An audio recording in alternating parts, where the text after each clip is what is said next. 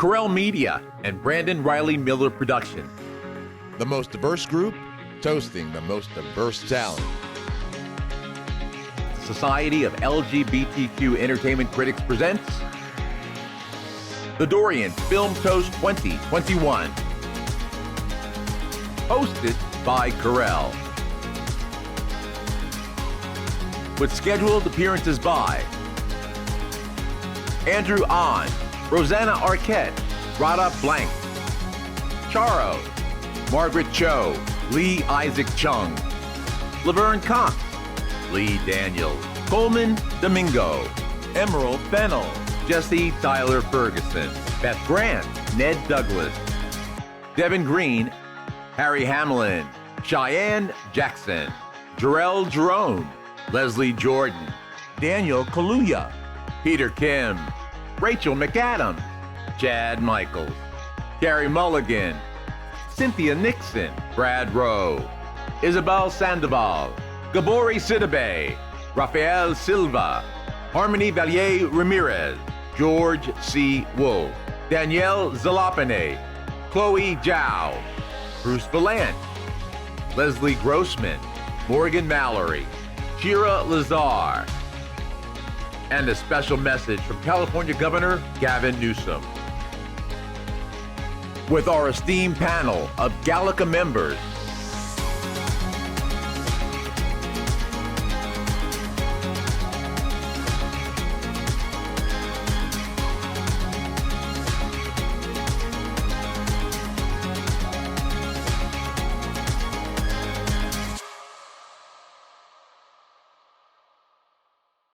I am Karel, and welcome to beautiful Las Vegas, Caesars Palace, ladies and gentlemen, right here in the heart of the Strip for the Dorians Film Toast 2021.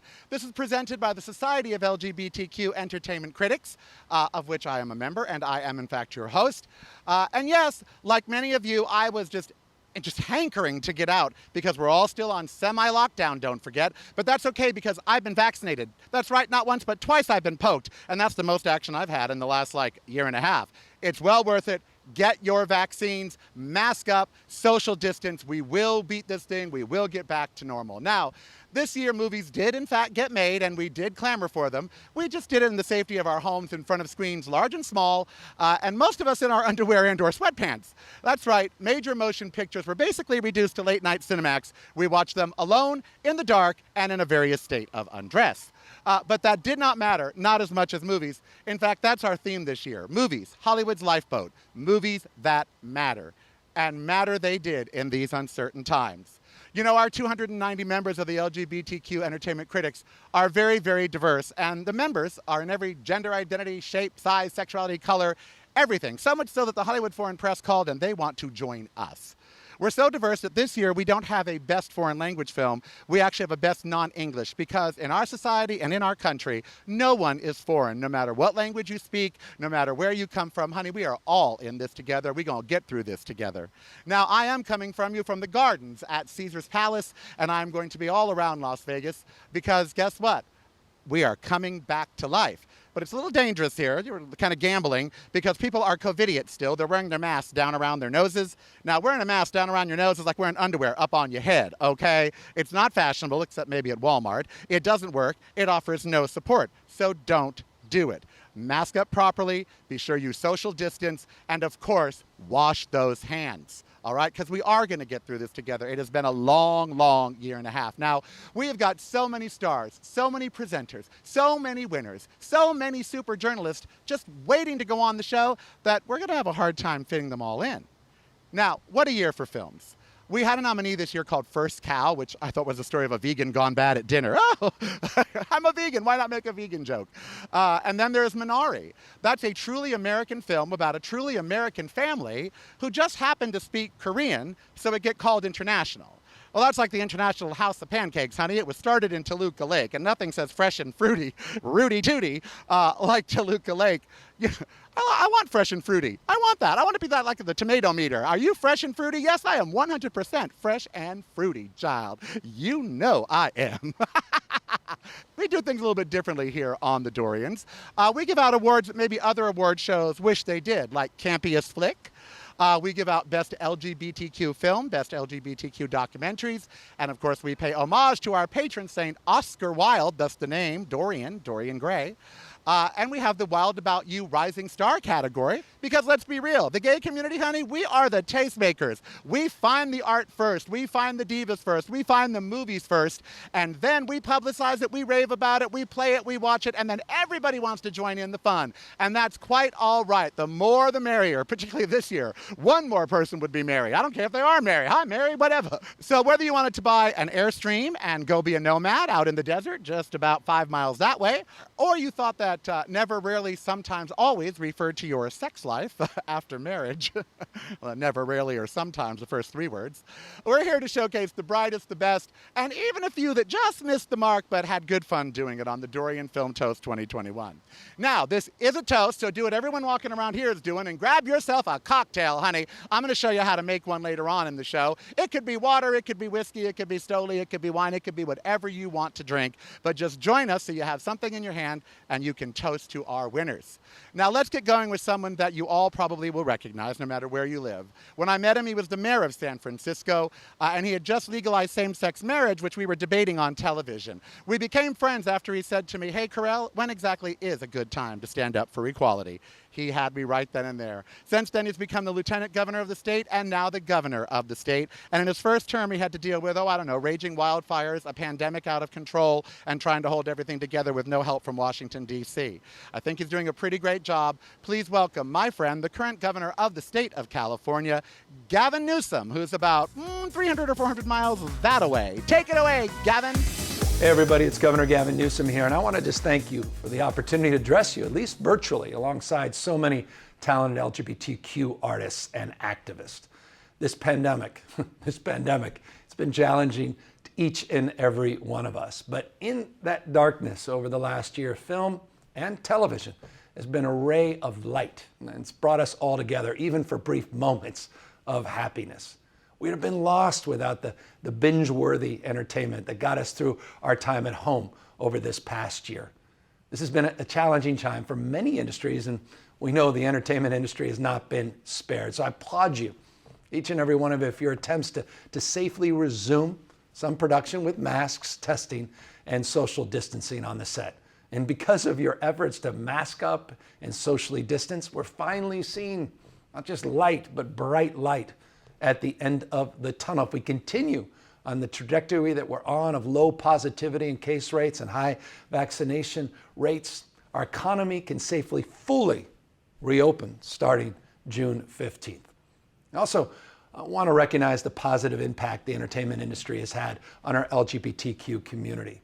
You were pioneers providing visibility, relatable characters, and outlets for LGBTQ people, young and old. So thank you to the LGBTQ Entertainment Critics Association for all of your work to champion LGBTQ entertainment artists and industry folks, and congratulations to all of the Dorian winners.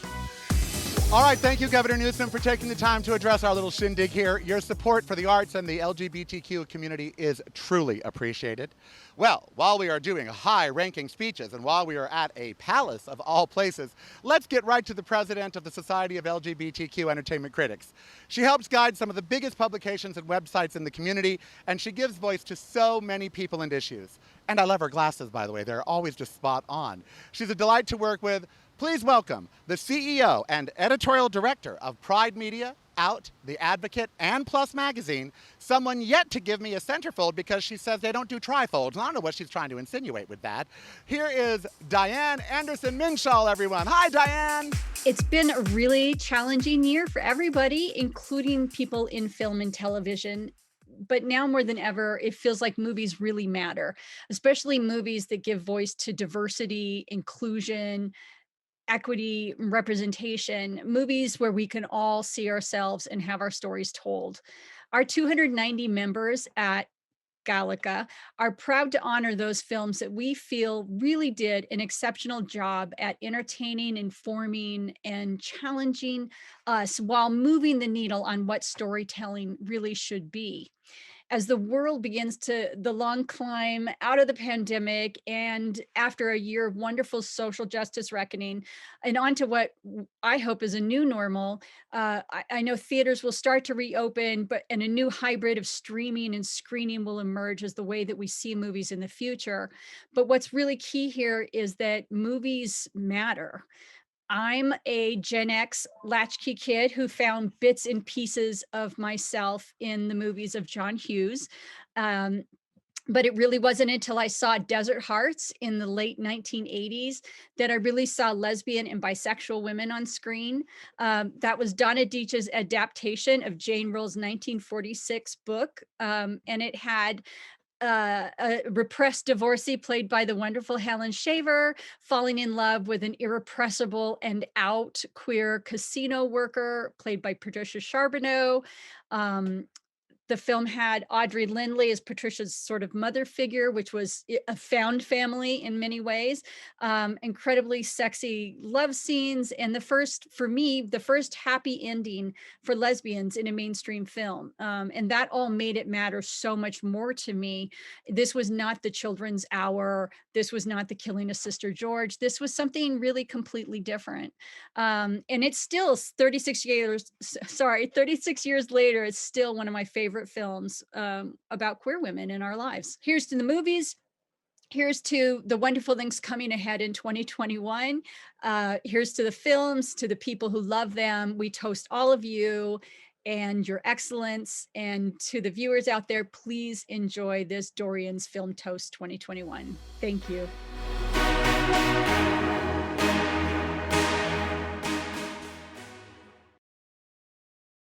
All right, before we talk about the drink I'm going to make, let's review. We've already had Antonio Banderas and Olivia Wilde from last year's toast, all-star media panels, a seated governor, the female head of one of the largest LGBTQ publishing companies on the show already. And now we're going to let you into the minds of some of our Dorian voters. Now, some of these people that, give out awards, they keep their members far, far away. And I don't blame them. I've met some of their members. But we like to show you what our members were thinking when they came up with the nominees and when they came up with the winners. So let's go to our esteemed panel to talk about why movies matter. And also, throughout the show, we're going to be asking you, and many of you submitted videos about why movies matter to you and what movies matter. And don't forget to hashtag on Twitter, Dorians Film Toast 2021. That's hashtag Dorians Film Toast 2021 and hashtag Movies That Matter. All right, it's a not so square Hollywood Squares. Take it away, panel, for our first toast about why movies matter.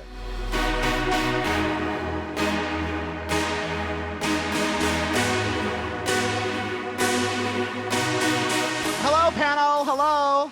Hello. Hi, everybody. There we go. Our esteemed panel of Gallica members here with us today to talk the Dorian Film Toast 2021, the nominees, and why movies matter.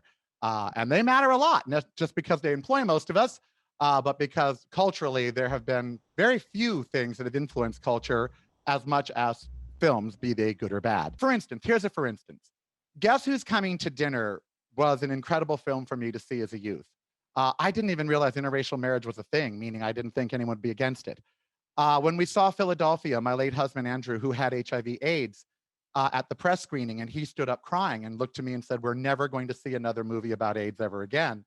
I understood why he felt that way. And that movie mattered to him and to me because it showed someone like him, in what they were going through, like Longtime Companion, another movie that really mattered. Then again, Anti-Mame really mattered because it helped make me as queer as I am. So these movies, enter the pop lexicon and then they become something bigger than, and they matter. So let's talk about why films matter.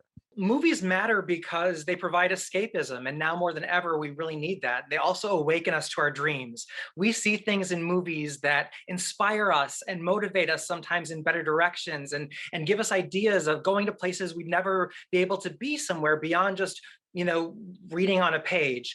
I also think that right now, culturally, we're looking at a time where representation matters in movies and starting those conversations about seeing straight actors playing LGBTQ plus characters and vice versa. And those conversations are so important in changing the way we view ourselves and the world views us. Films matter because they're a universal language. They're a way we connect. And even when we don't know the languages that are being spoken on screen, sure, there are subtitles, but films are a visual language. They show us how to see ourselves in the world, how to see other people. And when I was a young, queer, non-binary person in rural Colorado, the only queer people I knew were from TV and film. And so I had someone that I could look to and say, oh my gosh, you can be bi? You can be gay? That's just allowed? And it doesn't mean your life is ruined? And that's what I think film gives us. It gives us visual symbols of our truths. Movies matter because it is life. As a Filipino-American immigrant, movies became my gateway to America. I mean, I learned American culture, American language through movies and the visual images that they represent. So that's why I'm saying that movies is life. And I believe that at its best, films can be a vehicle for empathy and can really help you look into the life of someone who is different from you and feel what they are feeling. And I think that that's just an incredibly powerful tool. During this time, during the pandemic, I was able to go to Italy. I was able to go to France. I went to Brazil. I went to all these places via the film. And I got to understand people more, where they were coming from. And yeah, that's the essence of film, and it means so much to me. For the reasons that everyone has mentioned, I do believe movies matter because of that. I think also movies and art is a balm and a salve in times of really deep horror that we've been going through, not just the pandemic, but what the Black community has dealt with this year in terms of the uprisings and reckoning with systemic racism. So for all those reasons, I think that, movies absolutely matter.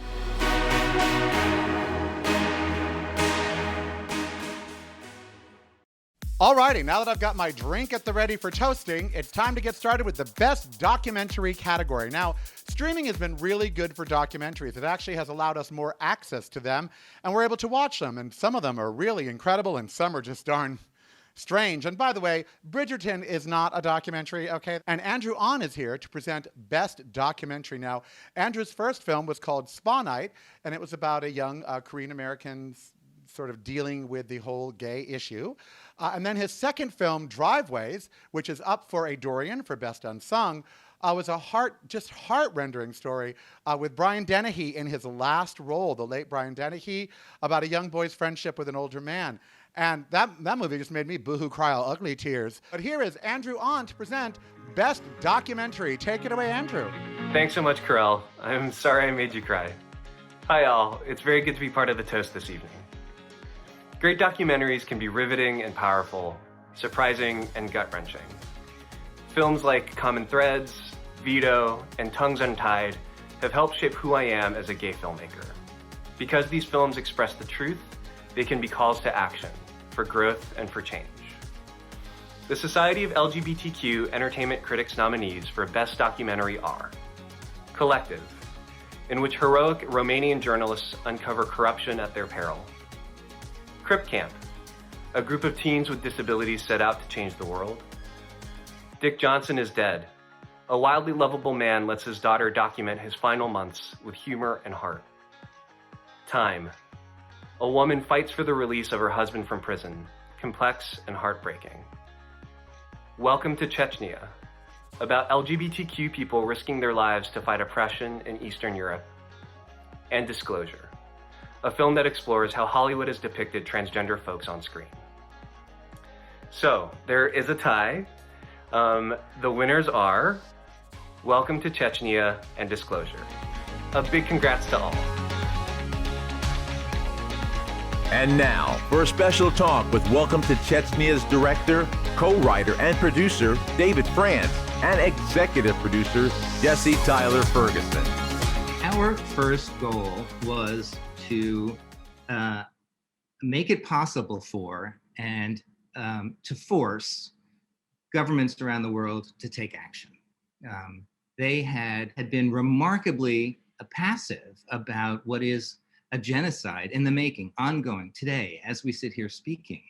And we wanted to kind of bring this into the faces of lawmakers and diplomats and politicians, and show them what's happening there and make them see it. And that's been our campaign around the rollout of the film, is to partner with activist organizations to stage screenings of the film for people who can make a difference. I came on board with Justin at the time when the film was basically completed, and we were, and David and his team was beginning to put in the face replacement technology to protect the identities of their subject. We decided we wanted to photograph activists, mostly LGBTQ activists, and ask them to let us use their face as a human shield, really, to protect the lives of the people who are in the film. So as an act of activism, and we knew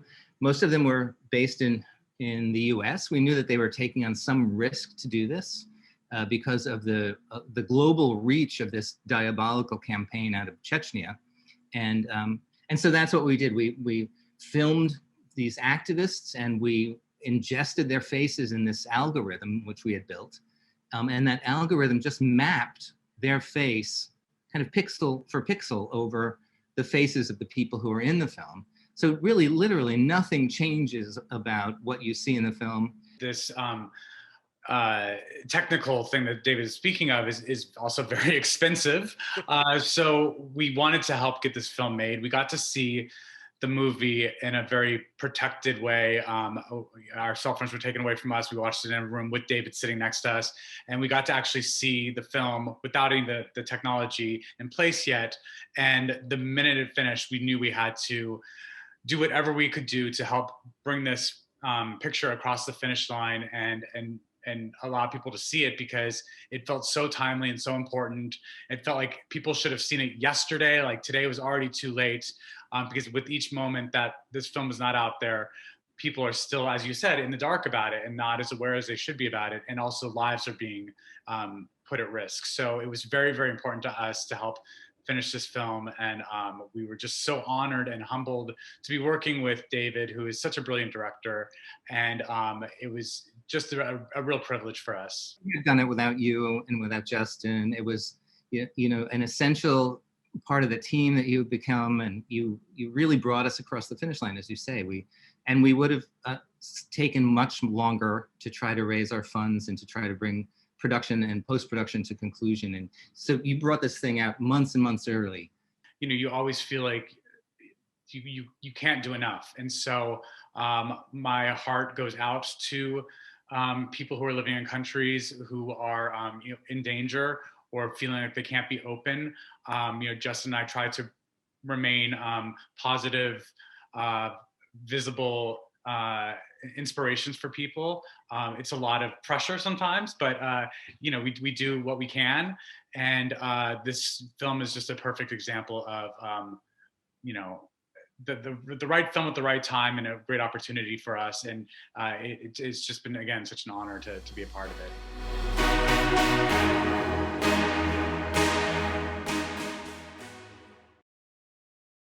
One of the best parts of the Dorian Film Toast 2021 is that we get a chance to make some decisions that other shows, may not make, like the martini bit, me in a vest. One of those decisions was to mix up presenters with established and up-and-coming talent, as well as real people. And you could not get any more real than Harmony Valle-Ramirez. She's actually in a documentary called Room to Grow. In that documentary, she was known as Chris, even though she has always been Harmony. But she was transitioning, and she had to overcome the perils of, coming out as herself in a predominantly Latin high school, in an evangelical church, and in Hillsboro, Ohio. She is brave, honey. She is fierce, and she is here to present Best LGBTQ Doc. Please welcome Harmony Valle-Ramirez, ladies and gentlemen. Yay! Hey everyone! I wanted to say thank you first of all for letting me share the room with so many other distinguished and talented artists. And I wanted to say that I'm really honored to be here as someone with a regular job and just a regular person, just to see what this side of the world is like again. And I say again because I also was part of a documentary as well called Room to Grow. It's about younger LGBT or queer kids finding their way through life and finding out what style of pie they like to fall into.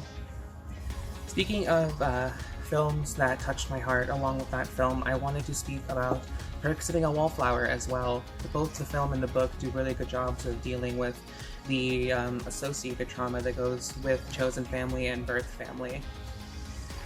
And for the films that actually showcase such vulnerability here, the Dorian Award nominees for Best LGBTQ Documentary are A Secret Love, Born to Be, Disclosure,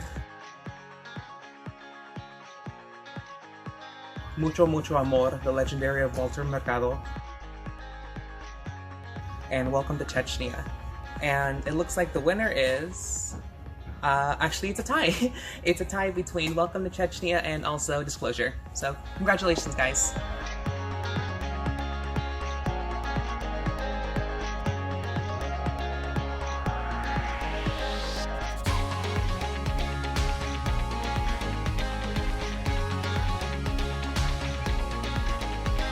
And now, for a chat with Disclosure's director and producer, Sam Fader, producer Amy Shoulder, and executive producer and co-star, the lovely Laverne Cox.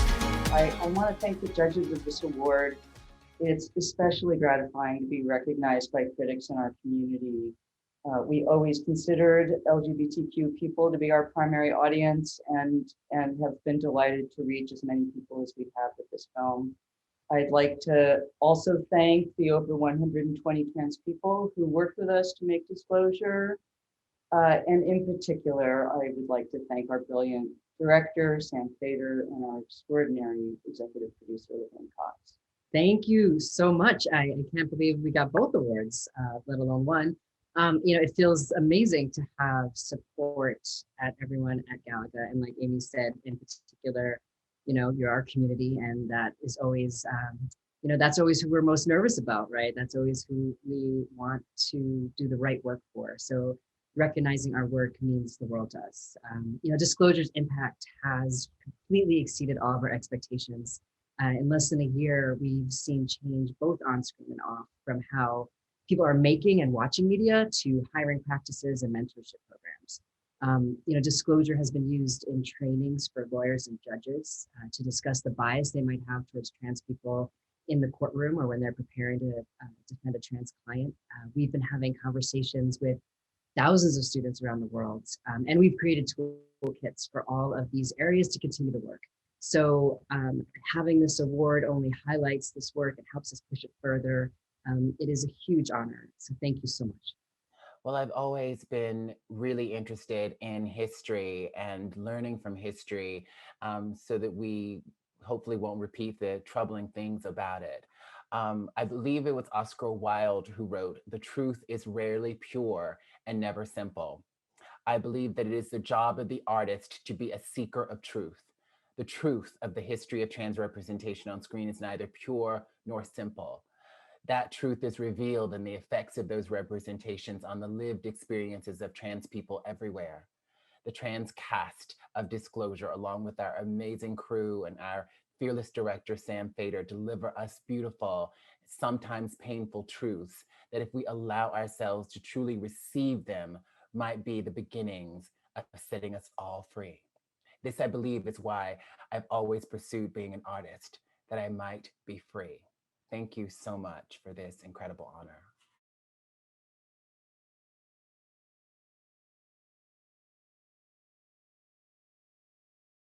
Thank you for pointing, out, what I think we all are experiencing now as a trauma in our culture. I think we've, in the community have known forever that the violence and oppression against trans people and against LGBTQ people has been epidemic.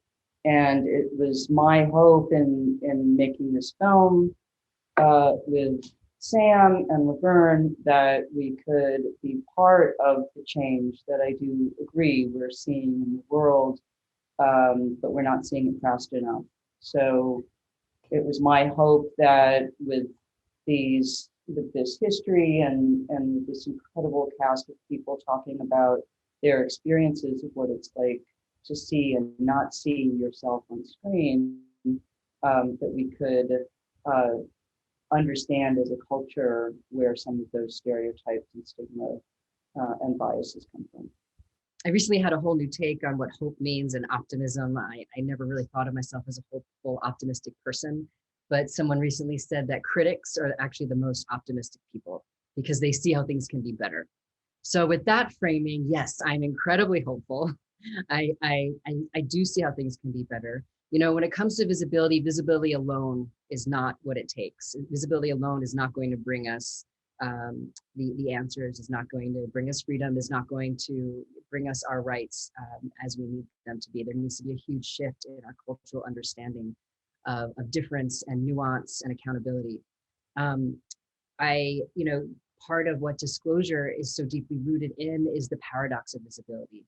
And until we understand and take responsibility for that paradox, we'll be repeating the harm that visibility can create, right? When a marginalized community gets mainstream attention, often backlash ensues because of what preceded that visibility, because of the ideologies, the distortions that preceded that visibility. So I am hopeful that, you know, social justice movements can start to be better prepared for that potential backlash and perhaps use the visibility to circumvent that backlash. You know, what we're seeing now, while we're seeing, you know, people in decision-making positions, we're also seeing, you know, these legislative bills being proposed against trans lives, against healthcare, against participation in public space. And it just signals more and more how, you know, for example, when we're talking about like sports, these people, folks on the right who are speaking in defense of women's sports in the name of keeping trans people out, you know, they never cared about women's sports before. So what is going on, right? Why are they suddenly using trans lives in order to further whatever agenda they have? So how do we disrupt this conversation, and how do we further our alliances with women and feminists, cis women and cis feminists around the world, rather than seeing the small places where there's some divergence? So I have hope for those changes. The backlash that Sam always talks about when trans folks are visible, the backlash that we talk about in disclosure, we're in the middle of it right now. There have been over 85 pieces of legislation introduced in state legislatures this legislative session, right? So after the election of 2020, Republicans who control the state legislatures in most of the states in this country have focused on suppressing votes and denying healthcare and access for trans children to be able to compete in sports. This is the priority. This is what they have prioritized in state legislatures all over the country, making it harder for people to vote and stigmatizing and scapegoating transgender children. That is the priority based on what they have been introducing in state legislatures all over the country. It's happening right now. 2020 was the deadliest year on record for trans people. So we're in the backlash legislatively. It's violence against trans people has always existed and always persisted. So the hope that I have, I don't know. I really don't know. I don't know if I'm hopeful. What I do know is that we have to fight. I know that we have to continue to highlight the humanity of trans people in the face of us being dehumanized. Representation is a huge part of that. What we do in the media is a celebrate the beautiful humanity of trans people. That's where visibility is useful, right? That we have to continue to be visible so that all of the sort of misinformation and straw man sort of scenarios that conservatives are putting forth about trans people do not persist, right? And then we need to make sure that our hold legislators and government officials accountable when they pass this kind of legislation. We need to encourage corporations to boycott states that pass these kind of voter suppression and anti-trans legislation. We need to fight. That's really where we're at right now. We have to fight.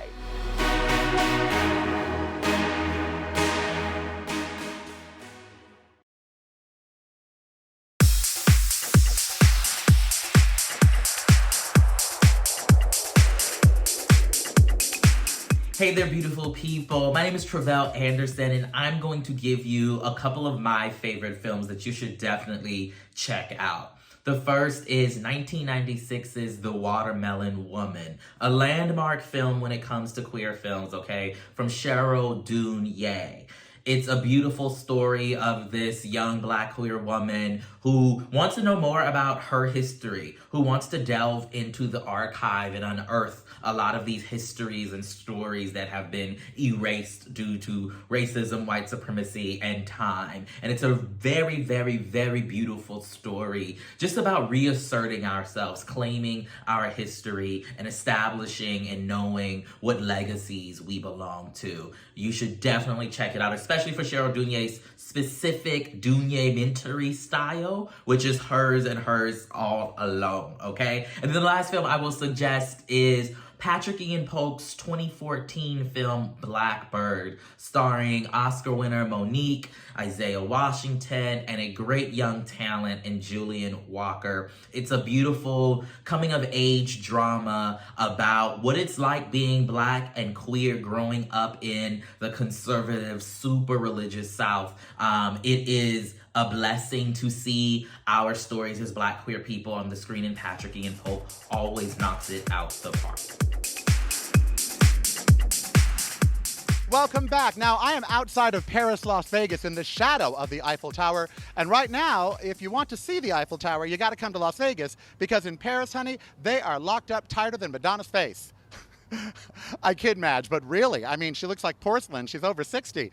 You go, girl. To prove that language is no barrier, let's talk about the best non-English language film here with our esteemed panel. Take it away, panel.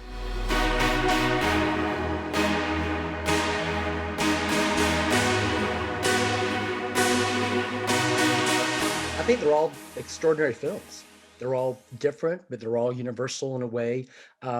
When I look at this list, I had great responses to all of them. I was particularly drawn to Two of Us by Filippo Meneghetti because it told a story of two women who had been in love with each other for years and years and had to keep it a secret. And it was really about their bond and how they, were able to come out to themselves and other people and make a go at it. It's extraordinary work for me.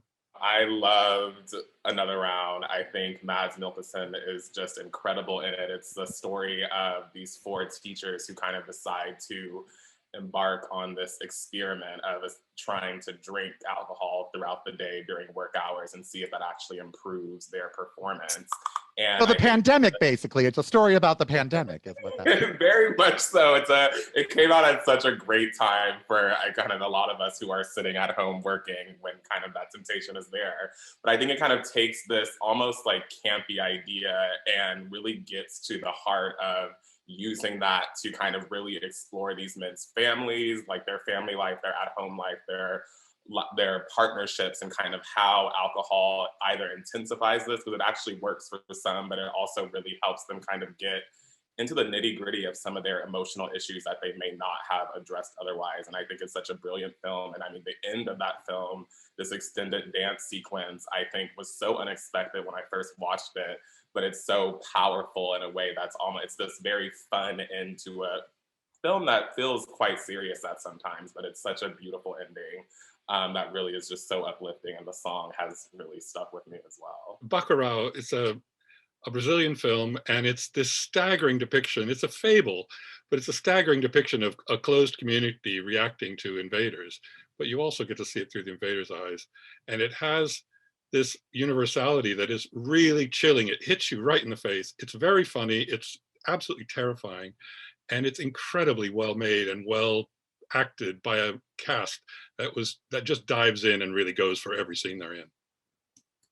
Yeah, Bacurau is this like John Carpenter kind of throwback, like Brazilian Western, really funny, and features Udo Kier, who's showing up, as he always does, as some like, wonky character who's not to give anything away, but he's helping invaders hunt this community. And I'm really not spoiling anything because there's so much more here to explore, but it's a really deeply funny movie, and the performances are just like some of the best like ensemble performances I've seen in a long time. To me, Minari was one of the films where I saw my childhood best represented. I grew up extremely poor. I grew up working the land. I grew up Jessie, searching for water. Like when they were searching with the divining rod, I was like, I have done that. Like I have been out in the field with my dad doing that. And the idea that it's somehow not an American, quintessentially American film just boils my blood.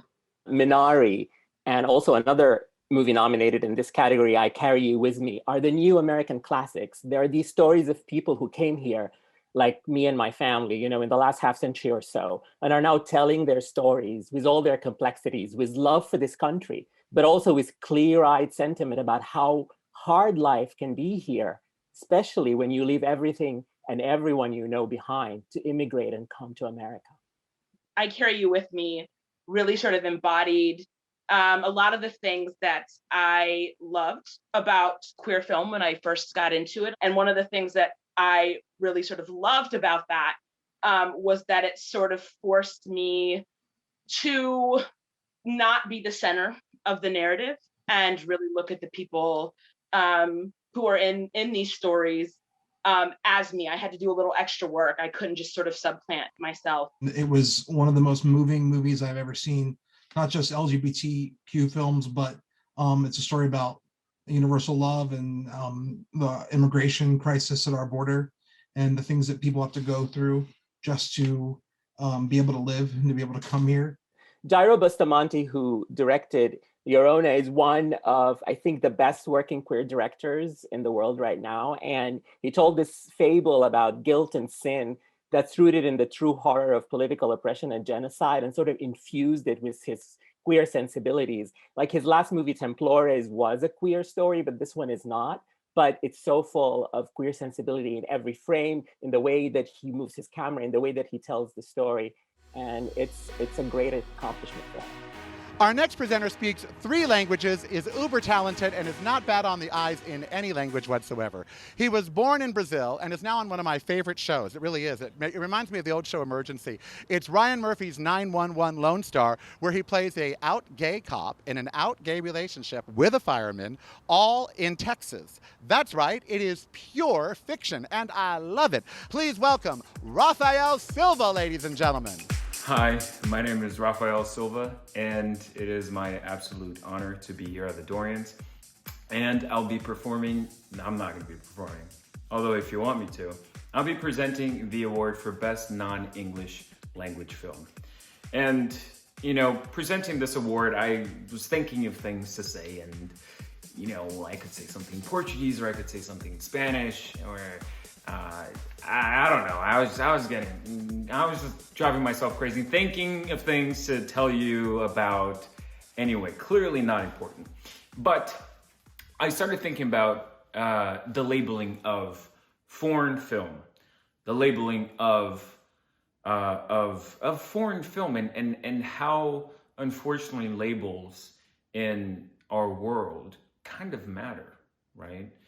You know, we have this tendency of, at least from my experience, being an immigrant in America, whenever we label things as foreign, as different, there's this collective assumption that whatever the foreign or different thing is, or whatever the foreign or different person is, whoever they are, that they are automatically different than us, that they automatically don't understand us, and we automatically don't understand them. And, you know, when I first moved to the US, I didn't speak English. Eu falava português, só português. E tudo bem, não tem problema nenhum, né? Pero eu tuve que aprender espanhol para que eu pudiera comunicar con mis profesores y para simplemente tener amigos. But at the end of the day, you know, it doesn't, language doesn't really matter. What matters is the humanity. I would sit down to watch movies or watch music videos in order to be accustomed to listening to English, in order to be accustomed to understanding mannerisms and even the culture.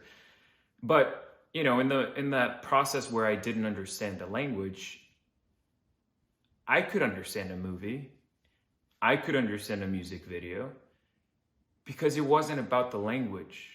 It wasn't necessarily about what they were saying, but perhaps how they were conveying the emotion, how they were acting, what they were telling, what truth were they telling without necessarily utilizing words. And I think that's not foreign to anyone. That's not different to anyone in any part of the world. So I must admit that I'm quite happy that the award, at least this award, is called non-English language film, because it just so happens to be not in English. Doesn't mean it's any different from you. Doesn't mean it's any different from me. And I think that's awesome, because that creates a more inclusive path towards this almost a globalization of art, of expression, of love. And when we see the language is in fact a bridge to other cultures and not a barrier, we can only grow. We can only be more successful. We can love more. How about that? All right. Just so you know, I'm going to present the nominees now, and it's going to be great. Okay. All right. The nominees are for Best Non-English Language Film. See? I did it. Are Another Round from Denmark, Bacurau or Nightjar from Brazil, I Carry You With Me, Te Llevo Conmigo, which is a Spanish language love story, La Llorona from Guatemala, Minari from the US, The Two of Us, or Deux from France. And the winner is Minari from the US. Congratulations to the winner. Accepting the Dorian is Lee Isaac Chung, writer and director of Minari. Hi, my name is Lee Isaac Chung, and I'm the director of Minari. I received this in the mail. This is a Dorian Award for Best Non-English Language Film. And I just want to say thank you. I'm so very honored for this. I feel like this film, for me, is all about a desire for us to humanize ourselves, especially during these times. And it's also a desire to move beyond all obstacles so that we can love each other better. And I feel like that's what Gallica is all about, what all the critics at Gallica are all about. So I just want to thank you all for this, for kind of coming alongside us, for being an ally. And I was told to cover this up at all times. I feel like Mr. Rogers here. But yeah, I just want to say I'm going to treasure this one, and bless you all and thank you all. And let's just keep fighting the good fight together. Thank you all so much.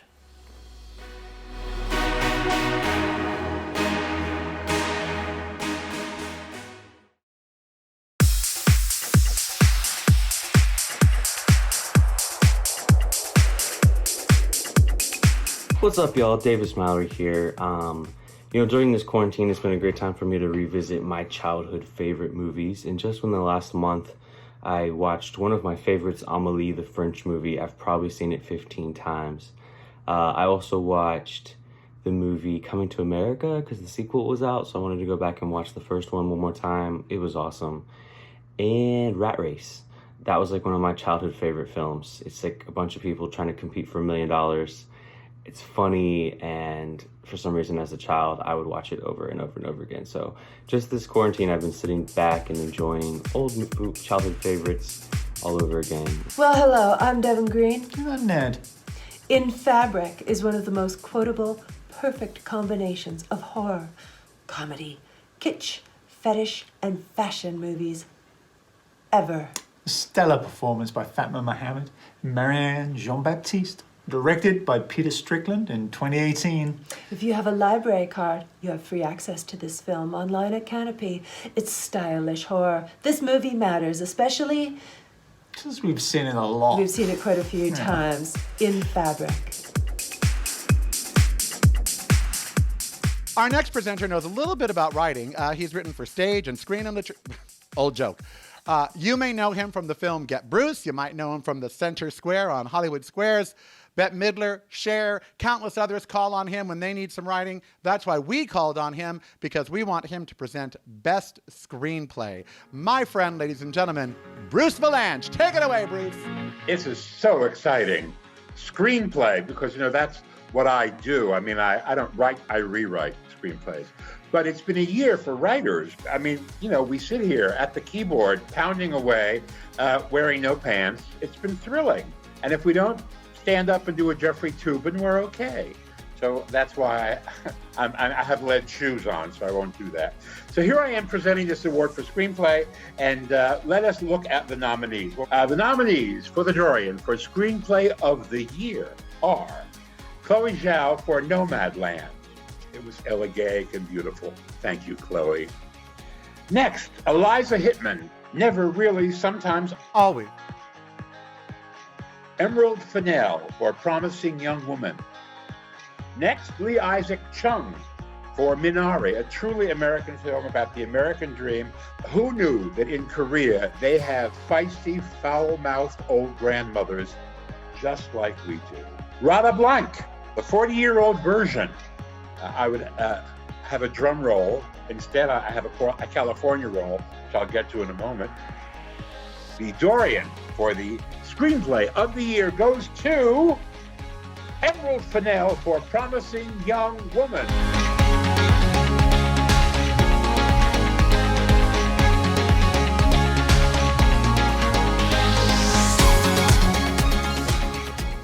Hello, I'm Emerald Fennell, and I just wanted to say thank you so much to the members of Gallica for this unbelievable Dorian Award, which is the most amazing, exciting thing I've ever received in the post, and it has brightened up my entire week.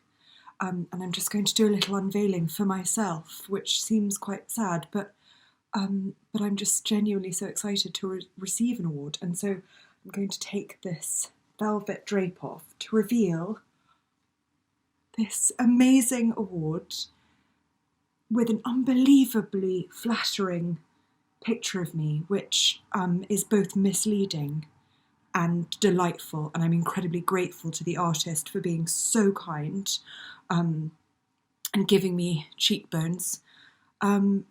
This means so much to get the Best Screenplay Award from you, and I have so much admiration for your members, and I'm sort of slightly at a loss for words, because it's just such an incredible thing when you never expect people to even watch your film. You hope they will, but you don't expect it. And so to get a beautiful award all the way from Las Vegas because you have liked the film is impossible to describe how much it means, especially from such an incredible group of people doing such amazing, important work. So thank you. Thank you. And I wish I was in Vegas watching Brittany, if she's still in Vegas. Maybe she's not. Watching anyone. And I could be there to collect this beautiful award in person. But all I can say is thank you. This is amazing, and I'm going to display it very prominently in my house because I love it so much. Thank you very much.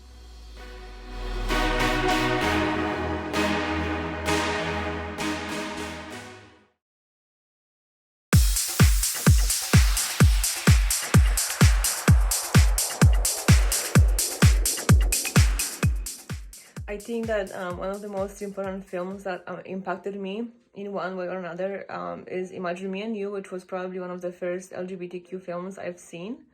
Growing up in Poland, where there's still a fight for LGBTQ rights, I think it was very important to me to see two women in love having a happy ending. And as for the recent times, the movie that got me through pandemic and still is getting me through pandemic is Birds of Prey by Cathy Yan. I think I've seen that movie over 20 times. I think it's just this wackiest, in the most positive way, funniest, uplifting film that is at the same time very empowering, and seeing all female diverse cast at the forefront, it's just something that I needed right now. And I think it just never gets boring, never. Thanks, Bruce, and congratulations and a toast to Emerald Fennell. No matter what role she's in, we love one of Gallica's biggest supporters, the incredible Margaret Cho. Whether it's in films or TV or live on stage, she is just such a positive example of what it means to overcome multiple Hollywood stereotypes and thrive. And she's a great dog mom, too. She really is. Here to present Best Film Performance Supporting Actress is the irrepressible and irreplaceable Margaret Cho. It is great to be back at the Dorians. I'm here to present the Best Supporting Actress in a Film, and I want to say a little about support. Right now, the Asian American community across the world, Asian American and Asian communities, that is, we need everyone's support more than ever. And they have mine, and the senseless bigotry and violence must end. It's really tragic. But we can help, we can change. And just like in life, in film, we support each other. This year, the Society has singled out 5 incredible women that supported equally incredible casts with their talents.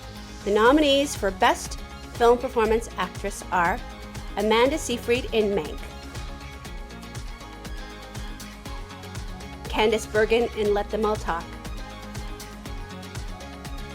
Markia Bakalova for Borat subsequent movie film. Also, I love that his middle name is Margaret. Olivia Colman in The Father. Yoo Jong-yoon in Minari. What an incredible group of superstars. I love them all. Even though supporting roles, there are so many reasons why supporting actors really make a movie. They're so great, and it's a victory for women everywhere. And the winner is Yoo Jong-yoon for Minari. Congratulations, and a toast to all of you.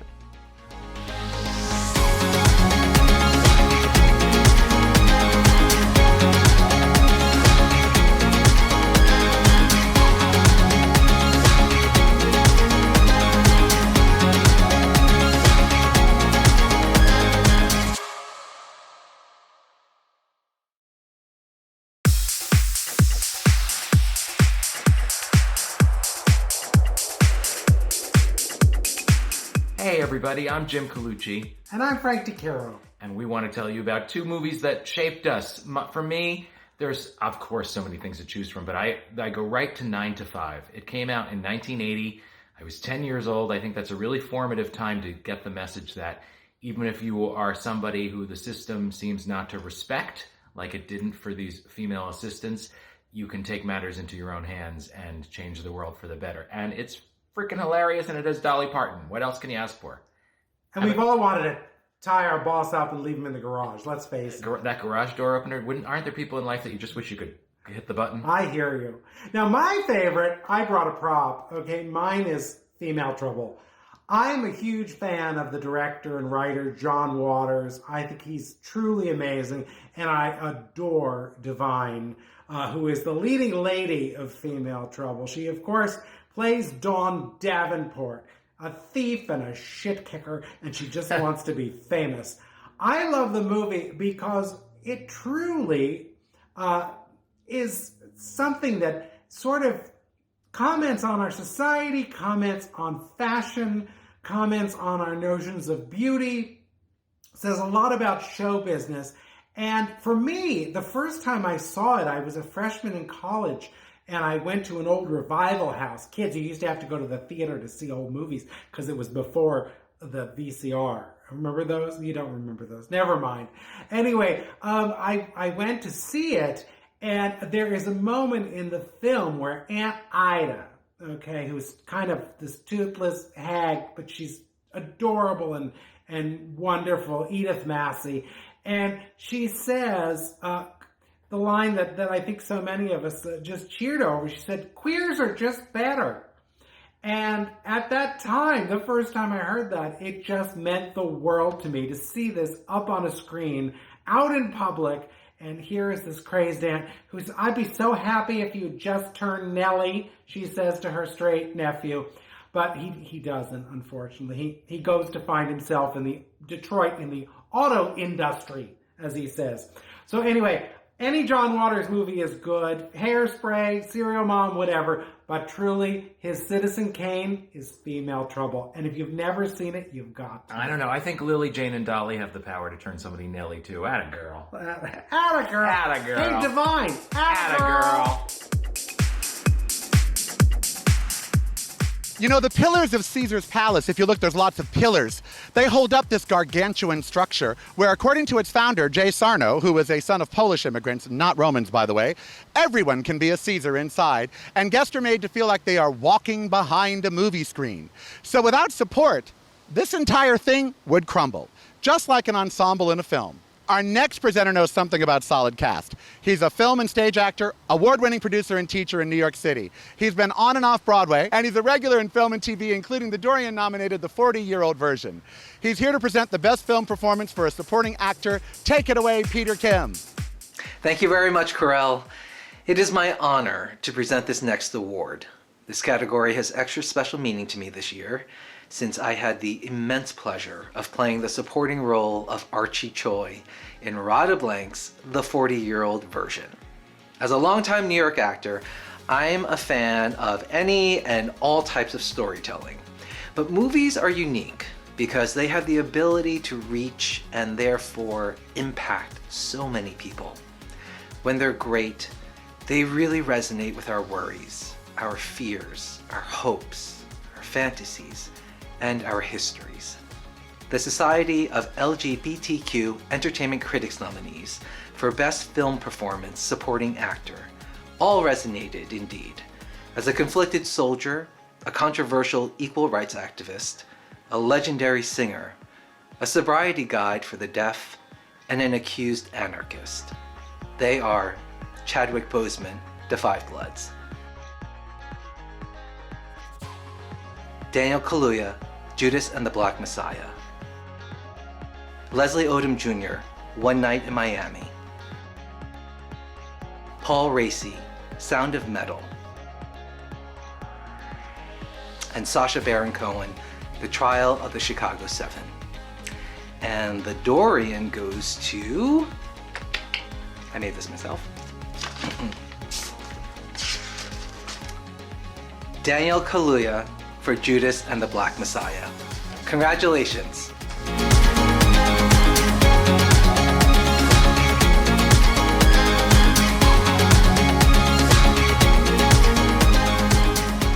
Thank you so much, Dorian Awards, for this award, and I appreciate all the critics out there for voting for me. I'd like to thank all my family, everyone that knows me. I'd like to thank the Lucas brothers for pitching and creating the idea of Judas and the Black Messiah. I thank Will Burson for co-writing it. I'd like to thank Shaka King for leading us and being an incredible collaborator and guiding us and being the through line of this film. I'd like to thank Ryan Coogler, Zinzi Coogler, Sev, everyone at Proximity. I'd like to thank Bron, participant. I'd like to thank Charles King, everyone at Macro.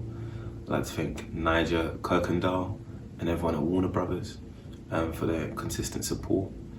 And I'd like to thank the incredible cast, Lakeith Stanfield, for leading with us and guiding the way. I'd like to thank Dominique Fishback for bringing all the love that she brought into this film and every single member of the cast, man, we really did this together. I'd like to thank the crew, you know. It takes a village to raise a film, and I really believe that. So I really appreciate everyone in Cleveland for all the work. And I'd like to thank Chairman Fred and Mama Kua for all their support and truth that they gave to enrich the film. Again, I'd like to thank Dorian Woods for recognizing this film and allowing more people to see Chairman Fred and what he stood for, what he believed, and what he did for the black community and the community at large in Chicago. And I really hope that continues to live on in everyone's hearts and minds. Thank you so much for this award. I appreciate you.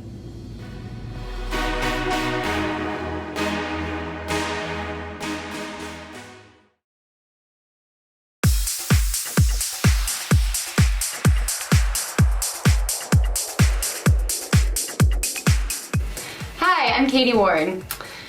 Let's see, one of my favorite movies growing up that really impacted me, that I identified with, was Gia, starring the fantastic Angelina Jolie. You know, it was two beautiful women who were queer women and chose another queer woman.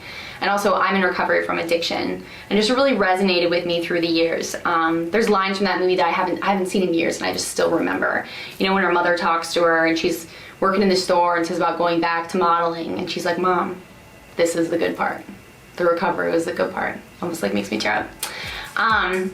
And you can't just take a girl's knife, you know? My friend and I actually started a movie club during quarantine. So every week we watch a new film and then we discuss it.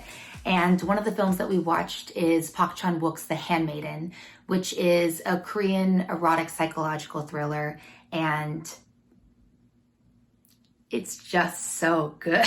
It's so sexy and beautiful to watch, and the wardrobe and the acting and the music. And I don't want to say anything because I don't want to give anything away, and I think it's just best to go in blind. And even though it's almost 3 hours, but do not let that put you off, because every moment is so enthralling and so wonderful and so beautiful and makes you feel so many things. And isn't that just what a good movie does?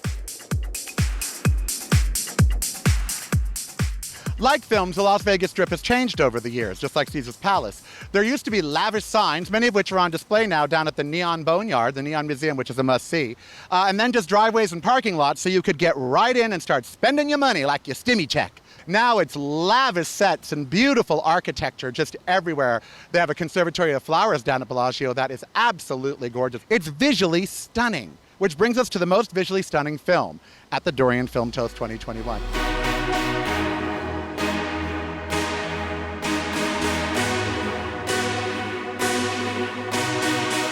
Why? Why do these films stand above others when it comes to just their look? I think it's because the visual components that are elevated are meant to bring out certain aspects of the themes of the film. So when I think about Birds of Prey, you know, Kathy Ann, her goal was to make it like a comic book done for women.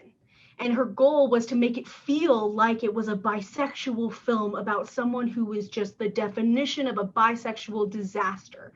And you get that feeling as you watch it. And that's, to me, I think what makes all of these films so specifically unique is the way that their visual aspects just highlight what is happening thematically. Can I just add, as a disastrous, kitschy bisexual, Birds of Prey was just a treat. Yeah, I can say. I was gonna say I would have to second Birds of Prey. I mean, it's one of the last films that I saw in theaters in over a year, like RIP. And I just remember kind of how stimulating it was to kind of see that on a big screen. It was so colorful, so vibrant, and it really kind of just immersed you in this world and kind of this idea that it was supposed to feel like you were inside of a comic book. It really took you into that. And I feel like it's one of the best cases for, you know, seeing stuff in a theater on a big screen, because it's like in that you really do feel like for the 2 or so hours that the movie lasts that you are in this world. And I think that that's what visually striking films do the best. I think that all of her films, Chloe's films, are actually pretty much visually striking to begin with. And they do tell the writer the same sort of thing happened where the landscape became the story, where the people are part of the landscape. And I think that's integrated in all of her films. You get such an earthy tone with it, and you feel like it just puts you into the mood that you are in, more like almost like a documentary. You feel like you are invading people's lives in a good way, like you are sort of welcomed in. Invading is probably not the best word, but you're invited in to see them, to see where they live, to understand every single minute element that seems real. And so I think that's where she comes, her visual sense and her sense of drawing out human drama is pretty incredible. She's one of my favorite filmmakers. Every frame is this gorgeous, intricate painting that you could stare at individually for an hour and be satisfied by. It's like, I don't know, we get it every once in a while, but it's such a rare thing. And when it actually comes and is done in a way as well as Wolfwalkers, it's like, I don't know, it just really takes you. On Soul, what I love most about that movie, besides its attention to music and jazz music in particular, was how it tickled my imagination. They found over and over again really accessible yet specific ways of visualizing concepts that I never thought I would see in a movie, like being in the zone, or loving what jazz music does to your head. Like they made you see it, and that in turn made me feel it in a certain way, and that's absolutely what I love the most about it. She's shot to fame as Miss Betty Bowers, America's Best Christian, and since she's Canadian, that kind of explains a lot. She's a comic and a musician and more Christian than many people I know of, even in parody hunting. Now, he's an incredible keyboardist, composer, and a filmmaking audio guru, also her musical partner. He is Ned Douglas, and she is Deven Green, co-host of the kitschy TV game show Versus. That's what he does. She just does all the web stuff. So let's have them present our most visually striking film category. Take it away, you two. Well, hello to the Dorians. I'm Deven Green. And I'm Ned Douglas. Here to present most visually striking film, and trust us, they are absolutely intoxicating. Bursts of color. Gorgeous to look at. A veritable feast for the eyes. We are proud to honor these 5 films that were indeed visually spectacular over the last year or so. Films that spoke to all the senses and reminded us why movies were made to be viewed in the theatre, because they're giant canvases that filmmakers like these can paint on. The nominees for most visually striking film are Birds of Prey and the Fantabulous Emancipation of Harley Quinn, which brought comic book colors to a real-world palette. Mank, proving black and white film after all these years still looks grand. Nomadland, an homage to the Western United States and finding that perfect time of day when the light is, well, perfect. Soul, which continued to expand on the genius of animation through vibrant hues like electric blue. Wolfwalkers, merging Celtic colors and animation with whimsy of all kinds. And the Dorian, for most visually striking film, goes to Nomadland. Well done. Accepting as director of photography, Joshua James Richards, who happened to handle the same job for past Dorian winner, God's Own Country.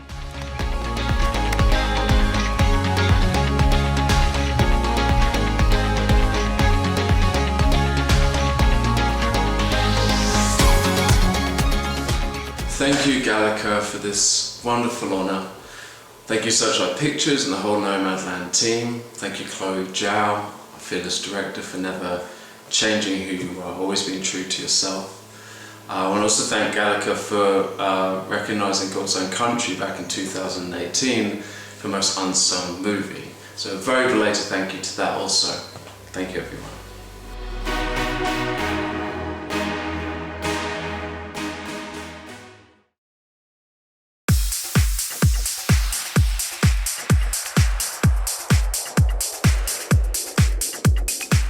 Hi, Corey Campercioli here, writer and star of Femme, which is now streaming on Reverie. Check it out.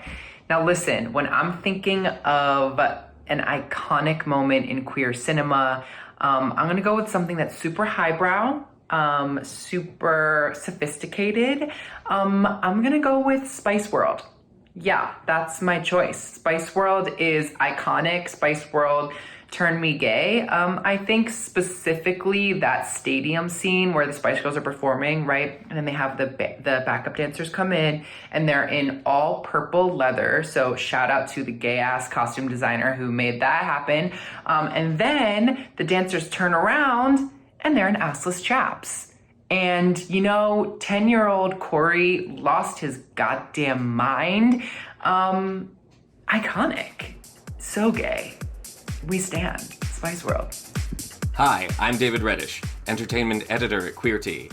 So a movie that has helped get me through rough times, not just in pandemics, mind you, would be this film, one of my favorites. It's called Velvet Goldmine, and it's by the director Todd Haynes. I first saw it when I was 20 years old, and it was my first exposure, to the work of Mr. Haynes. It was my first exposure to this cast. They were all unknowns at the time. They've gone on to become Toni Collette, Ewan McGregor, Christian Bale, Jonathan Rhys-Meyers, and Eddie Izzard. And it was my first exposure to the influence of queer culture on rock and roll, and how the two sort of merged and are intertwined to this very day. It's a movie I've seen dozens of times. It inspired me to start wearing glitter in my hair and dyeing it all kinds of wild colors. It inspired me to take interest in real-life glam rockers like David Bowie or Brian Ferry or Lou Reed. And it is the movie that inspired me to say I would marry Todd Haynes based on the quality of this film sight unseen. So Todd, in the event you're actually watching this, if you want to have date night sometime, I am very, very happy to screen for you. It's a magnificent movie. I recommend everybody check it out for the music, for the acting, for the performances, and for the complete surreal homoeroticism of it. Can superheroes be campy? Well, they can be, depending on the movie. I mean, been to many biker bars lately, Bruce, is still one of my favorite Batman lines. That was in the Chris O'Donnell, Val Kilmer forgotten classic, but that was pure camp. Someone who is headlined right here on the Las Vegas Strip. Honey, nothing is more opulent than she is. Nothing can compare to the color and the vibrance of her. She has been a worldwide icon for as long as I can remember. I love her, my mother adored her, and millions worldwide have fallen in love with her Grammy-winning flamenco guitar. Her catchphrase, coochie coochie, is almost as famous as she is, and the Strip could be powered by her energy. Please welcome the one, the only, Charo, to present Campiest Flick of the Year. Yes, Charo, coochie coochie mom, this one's for you. ¿Qué es lo que está pasando? ¿Qué es lo que está pasando? ¿Qué es lo que está pasando? Que la gente está gozando. ¡Ay! Hola amigos, bienvenidos to the Campiest Flick Award.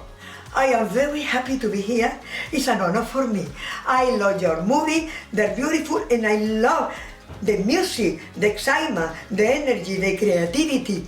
You are beautiful. I want to introduce myself to you properly. My name is Charo, and I'm here to say I brought the coochie to the USA. I love the movie that I'm going to introduce it to you. They're all nominated, no loser. Every movie is a winner. So let's start right now. Number one, Beth Hair. Beth Hair is a fabulous title because everybody once in a while have a Beth Hair day. Look at me. I look like a cucaracha because I have been all day long trying to fix it and the weather or whatever. Look at me. I look like a broom. I can clean your studio if you needed a broom. It's a beautiful movie. Second movie nominated is called Bird of Prey. Coño, qué título más largo, etcétera, etcétera, etcétera, etcétera. Beautiful movie, highly recommended. The third movie, Unbelievable, successful Eurovision Song Contest, the story of Fire Saga. Yaya Dingo, Yaya Dingo. I see, they're talking about the picking. Okay, the following movie, emotional, real, is happening, very sensitive, The Prom. Highly recommended. And the last movie nominated, Wonder Woman 1984. What a woman she has got. She don't take shit so easy. Highly recommended. So, are you ready? Remember, everybody is the winner, but I have to let you know which one it was selected, okay? Tremolo.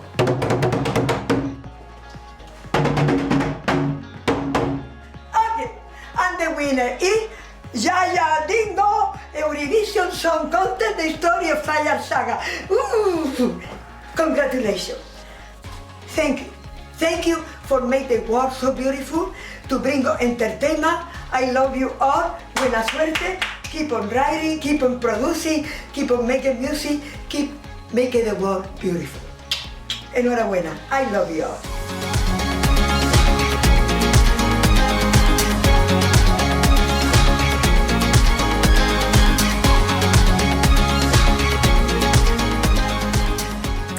Dorian voters, thank you so much. I'm so honored and grateful to receive this year's award for Campiest Flick. I have to say, Will Ferrell did pitch this movie about the Eurovision Song Contest to me as a serious drama. I believe he referred to it as a thespian's opus. So he might be a little pissed about this award, but I, for one, think I can safely speak on behalf of everyone else except for Will Ferrell and say that we are very flattered to receive this prestigious award. So thank you so much from the bottom of our hearts.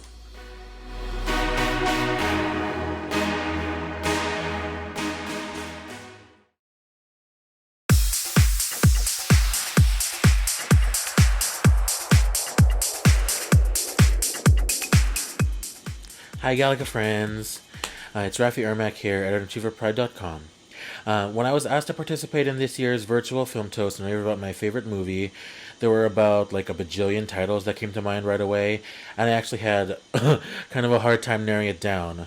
But then when I really thought hard about it, I realized that over the years there have always been two films that have never failed to entertain, comfort, and enlighten me every single time I watch them, and trust me, I've watched these girls a lot. The first is 1998's Ever After, directed by Andy Tennant and starring my It Girl 90s Dream Queen Drew Barrymore and Oscar-winning legend Angelica Houston. Side note, one of my most prized possessions in the world is my mom's old VHS copy of Ever After, which I have right here. Look how pretty she is. The princess saves herself in this one, and it's an incredibly empowering, historicized retelling of the classic Cinderella fairy tale. It's also a perfect example of how, even in extreme hardships, kindness and love always prevail and win out in the end. And considering the past year we've all had, that's a message that is always worth remembering. Plus, Angelica Houston's delightfully evil performance as the stepmother, Baroness Rodmilla de Ghent, is the perfect foil to Barrymore's spunky modern Cinder girl, Danielle de Barbarac. Stan Cinderella. And the second is 2001's Spirited Away, the Oscar-winning coming-of-age fantasy film written and directed by Studio Ghibli co-founder and anime legend Hayao Miyazaki. Even people who don't consider themselves big anime fans can find something universally relatable in 10-year-old heroine Chihiro's coming-of-age journey, where she's just starting to learn how truly independent and strong she really is when forced to save her parents from the mysterious spirit world. Both these films have kept me company during some of the loneliest and challenging times of my life, like the pandemic, and really helped inform the way I see the world, especially when it comes to seeing women and femme people as the heroes of their own stories. During the pandemic, I've revisited both of these films, and they are just as fresh and timely today as they were when they were released, and I can't say enough how much I absolutely stan these two movies. They say impersonation is the highest form of flattery, and Hollywood films have always given drag queens and kings everywhere a host of talent from which to choose. Let's check in with RuPaul All-Star winner and female performance artist par excellence, Chad Michaels, on what movies and characters matter to him most. Hi, I'm Chad Michaels, and this year, more than ever, I have turned to the movies to keep my sanity during lockdown. But movies have always mattered to me. They've mattered so much that they have influenced my work and the characters that I choose to tribute. For instance, I cannot forget the first time I laid my eyes on Joan Crawford. Those eyebrows, those lips, she was marvelous in films like The Women, Mildred Pierce, Johnny Guitar, and let's not forget, Straight Jacket. Yes, Christina, bring me the axe. In fact, sometimes she just takes me over. It's crazy. Tear down that of a Confederate flag and put a pride flag where it ought to be. Woo! She can be exhausting. What a pistol. But let us not forget the amazing movie, Whatever Happened to Baby Jane, starring Bette Davis and, of course, the legendary Joan Crawford. A movie so juicy that Ryan Murphy made a miniseries out of the alleged backstage drama. And then there was the movie that taught me to explore new vistas, to always be true to myself, to always drink excessively at parties, and to always have fabulous friends. Yes, it is Rosalind Russell as the irrepressible Auntie Mame. There now, are we all lit? Oh, darling, of course movies matter. We show them often here at Beekman Place to enrich and nourish the impressionable young mind of my dear darling Patrick. Oh, Patrick, Patrick, Patrick. What would we do without our favorite films and our favorite gin? Speaking of which, go fetch Auntie Mame a martini, dear. Yes.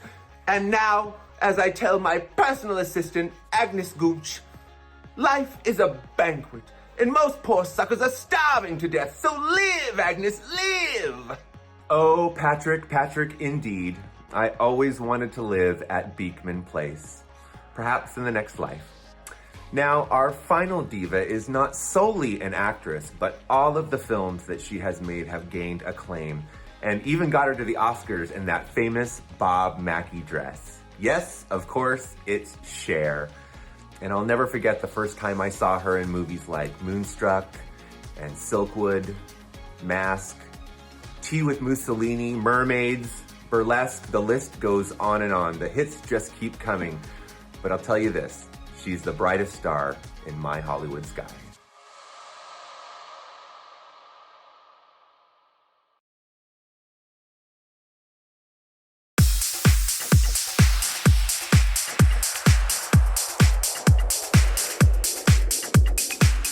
My favourite film experience of last year was Women Make Film, the 14-hour documentary by Mark Cousins, which I sat down every Tuesday night for those 14 weeks at 8 p.m. Eastern and watched a new episode, and each one I thought was utterly compelling, inspiring, and quite moving and poignant at times, also funny. And it was just something that really helped me get through last year, and it reinvigorated my passion for film, made me, examine it in different ways, all the ways that film is kind of put together. It was a film school of sorts, and using those nearly 200 women filmmakers, I kind of discovered lots of new films through it too. So really a very invigorating and inspiring experience. And those Tuesday nights, including one which was election night, really helped sort of just shut out the world and focus on my love for film. So thank you, Mark Cousins, and all the wonderful narrators, including Tilda Swinton.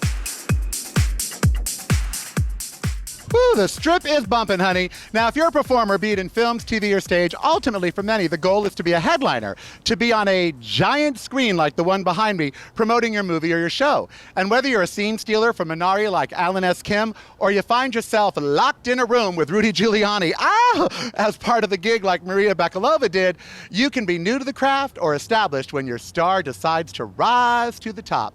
Our 5 Wild About You Rising Star nominees are going to be larger than life very, very soon. I cannot tell you how thrilled we are to have our first Rising Star recipient to be here today to present the Wild About You Rising Star Award. She exploded onto the screen in the fierce role as Precious, and she has been chewing the scenery ever since, no matter what it is, comedy, drama, whether she's in films or whether she's on Empire for 5 years.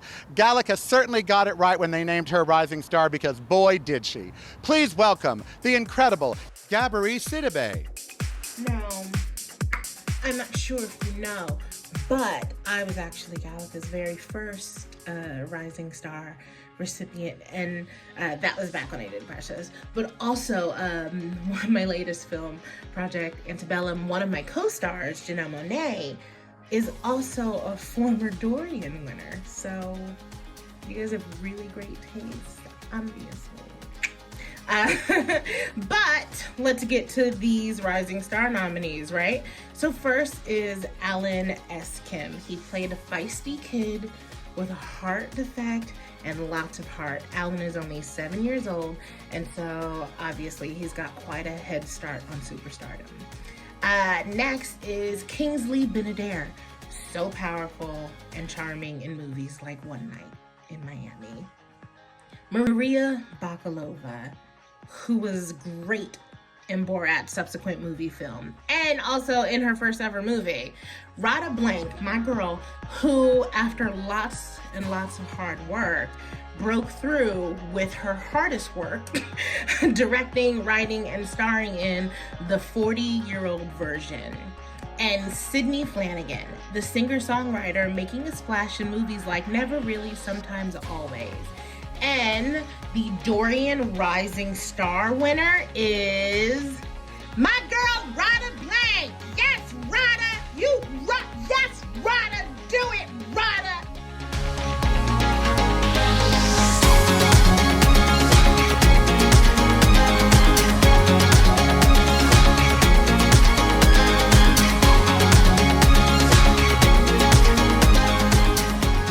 Hi, I'm Radha Blank, director, writer, producer, bagel maker, and dreamer behind the 40-Year-Old Version.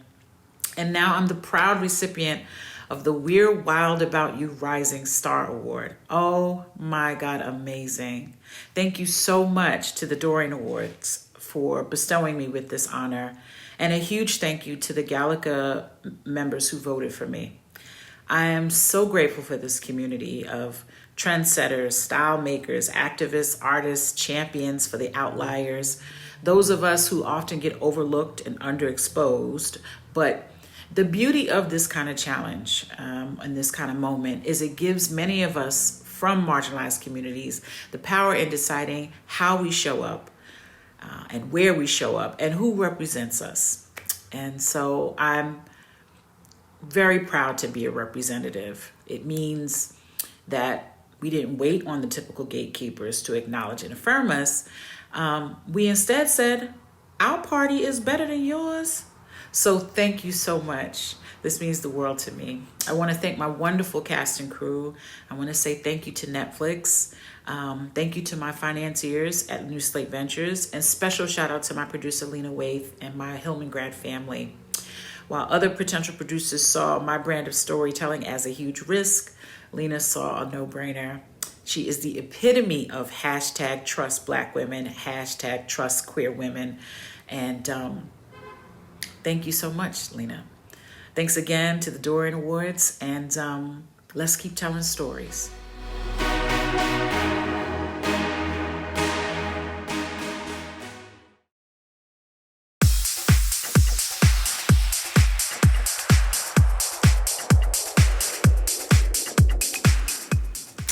When I was younger, I can arguably say that I think that movies saved my life. The relationships that I built with the characters in those movies made me feel less alone, and they didn't care that I was different. They were there for me no matter what. I think that when it comes to my go-to movie, when I'm needing a helping hand or a reminder about how strong we as women can be, I'd have to say that the movie is Fried Green Tomatoes. It's just an awesome, awesome tale about three very strong, inspiring women at different stages of their life. And if you haven't watched it, you should. It's a good one. So what exactly is a Dorian Award? How did it come to be? What do they actually get when they open up their box? We're going to let Shira Lazar from Reverie tell you all about that in Meet the Dorian. But I have to tell you, it is an homage, of course, to the only novel written by Oscar Wilde, The Picture of Dorian Gray. What happens if they lose their award or something happens to it? Well, take it away, Shira, and tell us. Hey, I'm Shira Lazar from What's Trending, and welcome to Meet the Dorian. This year, the Society of LGBTQ Entertainment Critics decided to go big or go home. So they launched the Dorians TV Toast 2020 on Reverie. And for that, a new award was needed. Now, the Society named the award after the only novel ever written by the iconic gay author Oscar Wilde, A Picture of Dorian Gray. The novel, like Oscar, was scandalous for its time, and it wasn't until just recently that the full uncensored version became available. Producer, host, and proud Gallica member Karel decided to go quite literal, and with the Society's permission, enlisted art director and artist Jason Young of Peel Image in Palm Springs, California. The two decided to digitally recreate a portrait of the artist as the winning trophy and have the image printed on canvas. They opted for digital because, as Karel says, Dorian would have embraced the digital world, as would Basil Hallward, the character that painted the portrait in the book. Putting it together during a pandemic wasn't easy, so Karel had to enlist all the local talent that he could. A local Las Vegas art shop made the easels for the 8x8 canvases to rest, and Customistic Las Vegas had the impossible job of embossing the gold metallic Dorian logo on a velvet cover. What's emerged is a unique award that's very personal and is already the rage around Hollywood and beyond. And this award comes with a warning. Inside every box comes a note card that says, "Congratulations, illustrious winner." The trophy is an homage to the picture of Dorian Gray. As you may recall, if anything befell Dorian's portrait of himself, he would perish. So keep your award safe. It also contains a quote from Oscar Wilde. "Those who find ugly meanings in beautiful things are corrupt without being charming." This is a fault. Those who find beautiful meanings in beautiful things are the cultivated. For these, there is hope. Not many Hollywood awards come with a history lesson and a warning, as well as a personal portrait. So the Dorian is bound to have a special place on mantles across the globe. So right now, let's raise a glass to the new Dorian Award. Cheers.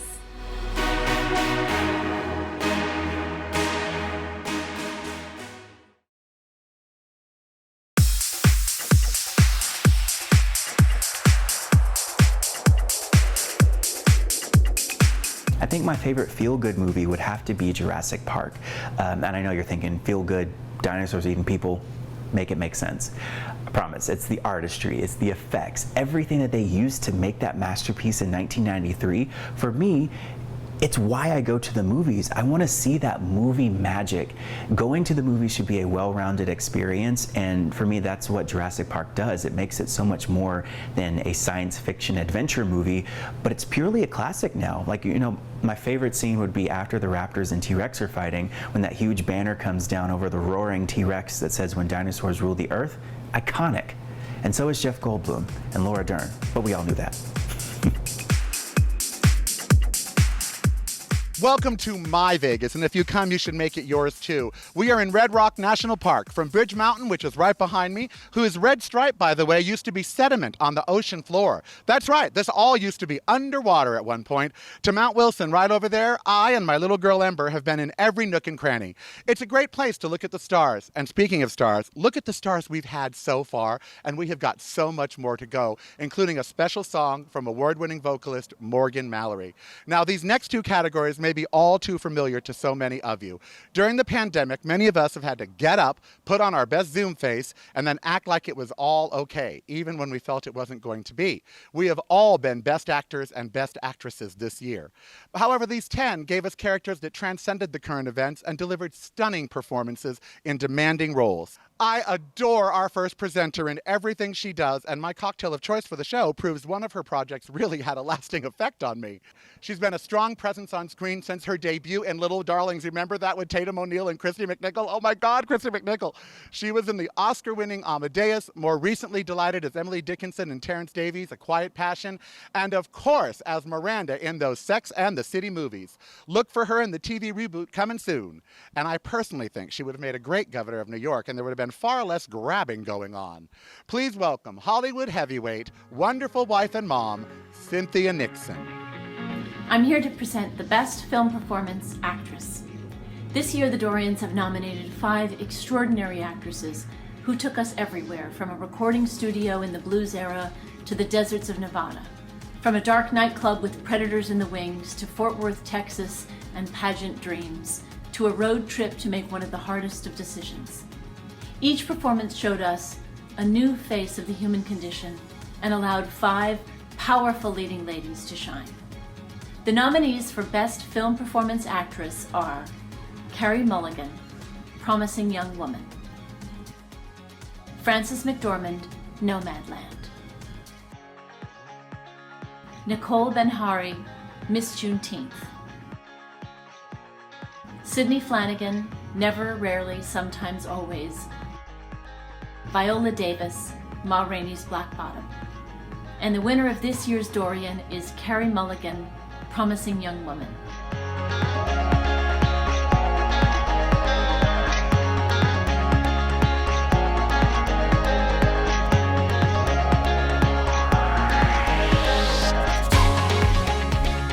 Hello, thank you so much to Gallica for this beautiful Dorian Award. I think it might be the coolest prize I've ever seen and a piece of artwork in and of itself. So it's a massive, massive honour, and this is going to take pride of place in my office. I just think it's so brilliant. And it's such a nice way to remember this film, which I love and means so much to me. And I'm just so happy that it has resonated, and so proud to be a part of this story. And so, so grateful to Emerald Fennell for inviting me along for the ride. So thank you again for this.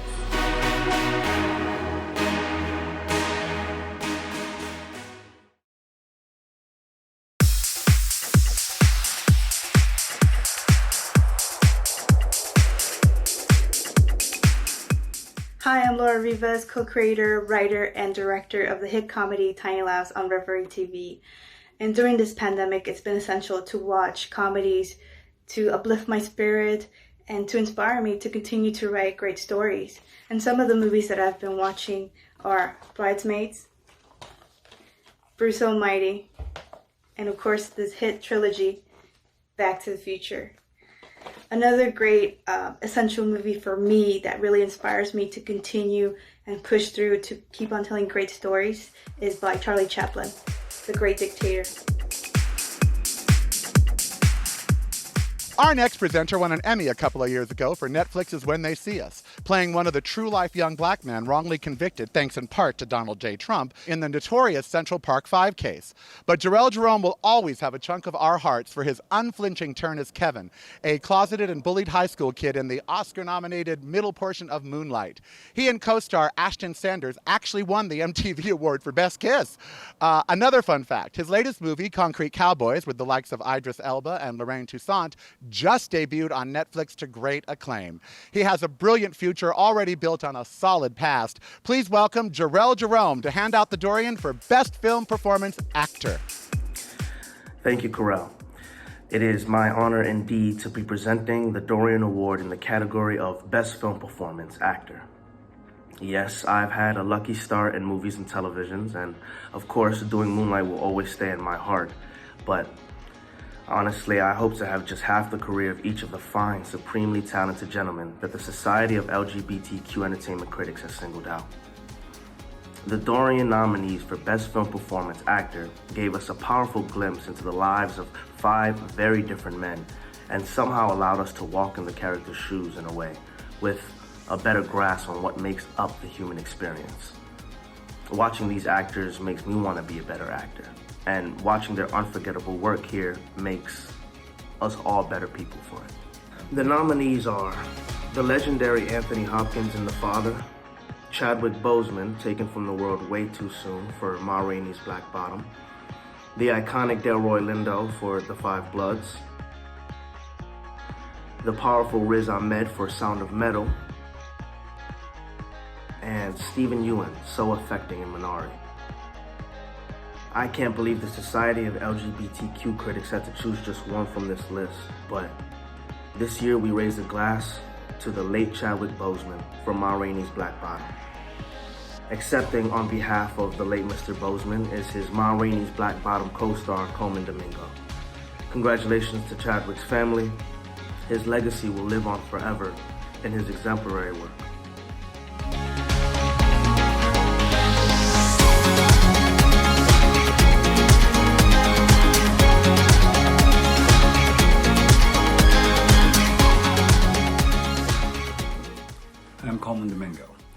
It is my honor to accept this award on behalf of Chadwick Boseman.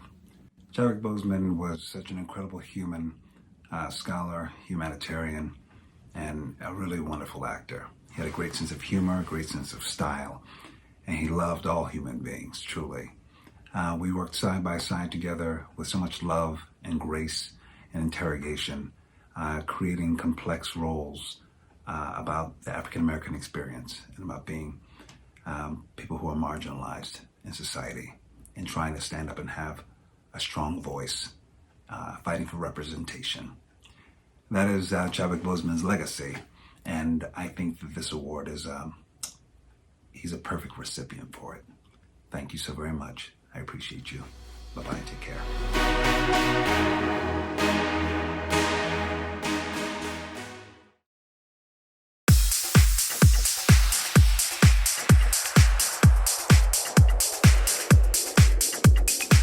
Hello, my name is Jonah Bleckman from Another Gay Movie and This Boy's Life and the upcoming comedy series Pet Peeves.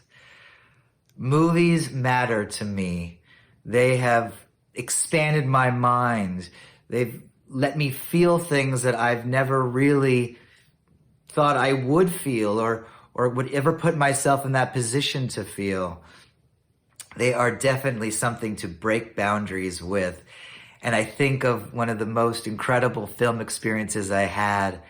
I was at Sundance and I saw this trans rock opera.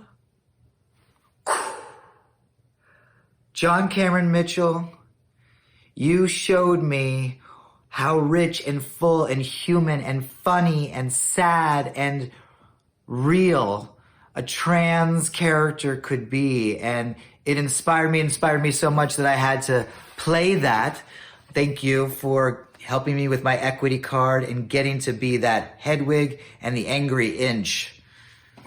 A movie that changed so many lives and have inspired so many. Thank you, Dorians, and congratulations to all you winners. You know, I found it hard to watch Chadwick Boseman in films this year. It just made me sad. It made me cry because he was so good. And congratulations to his family.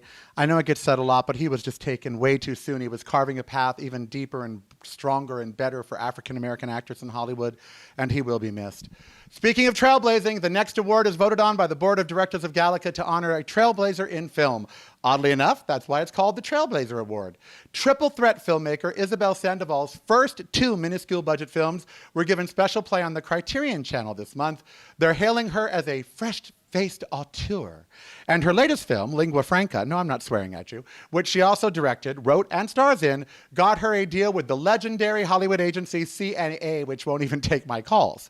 The movie follows the edgy, heart-rendering romance between an undocumented, secretly transgendered woman from the Philippines and an alcoholic would-be hero played by the very appealing Eamon Farron.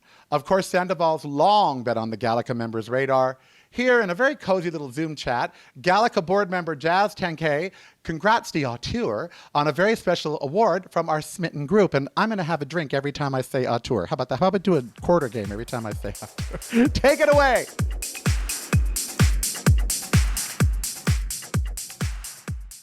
I'm Jazz Tankay, Senior Austin's Editor at Variety, and it is my honor and thrill to present you, Isabel Sandoval, with its very first Trailblazer Award for creating art that inspires empathy, truth, and equity. So on behalf of my fellow critics and entertainment journalists, a full-hearted congratulations to you. Thank you so much, Jazz, and thank you to Gallica for this tremendous honor. I'm incredibly thrilled and delighted to be receiving the Trailblazer Award, and I hope to live up to the expectations this award sets for the rest of my burgeoning career. How did you get your start in filmmaking? Like, who were your heroes and people that inspired you growing up? Starting out, I don't really have a traditional background in film. I have an undergrad degree in psychology, but at a very young age, I realized I was a creative person and that my preferred creative outlet is filmmaking. I remember being, a kid, and I would come up with these images in my mind that would become scenes, and I would string them together to form a story. And it took me quite a while, to be honest, to think of filmmaking as a grown-up or professional career.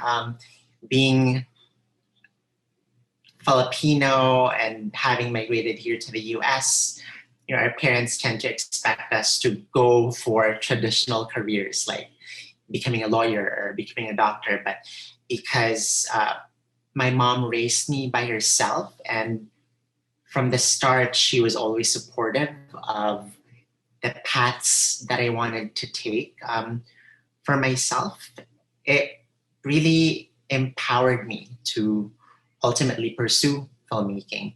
And so after moving to the US, and I actually got a graduate degree as well, again, not in filmmaking, but I have a graduate degree in business, although I specialized in media and entertainment. 2 years after graduating from business school, I decided to take the plunge and work on my first short film entitled Señorita, in which I wrote, directed, and played a trans woman. And that was even before I realized that I was actually trans. And after making the short film Señorita, I developed that into a full-length feature. And although I was based here in the US at that time, I flew back home to the Philippines and to my hometown, Cebu, to shoot it. And in the process of making Señorita, the feature film, that was how I actually realized I was trans, actually. And after finishing that and shooting my second feature, I decided to undergo my gender transition. Your movie Lingua Franca is such an incredible film. How did that story even begin? I started writing Lingua Franca while I was transitioning, and just observing from an impartial or objective eye the changes I was experiencing, not just physically, but emotionally, and also in terms of how other people regarded me or interacted with me. You wrote, direct, star. That's what, you do. Like, what comes easiest for you? Despite all the hats that I wear in making my films, I don't find them particularly daunting or intimidating. It's because I don't consider them separate or, individual tasks. I have one role and I have one job to do, and that's to tell a story that has multiple facets to it. And if, people like Fassbinder or Xavier Dolan can do it, then I can do it as well.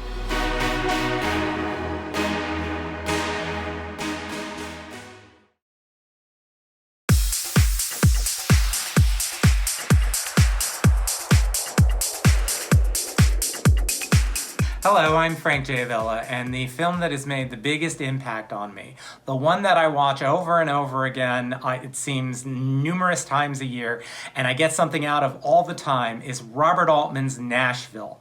It just captures this country like no other film ever has.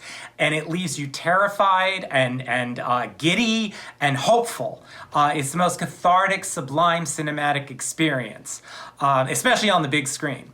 And my runner-up is Sidney Pollack's They Shoot Horses, Don't They?, starring the greatest actress of all time, Jane Fonda. If you've ever read the LA Times about movies, then you know you have read Kevin Thomas. He is iconic as the movies that he's covered, and he is here with us now to share his thoughts on movies that matter. Let's hear from Kevin Thomas.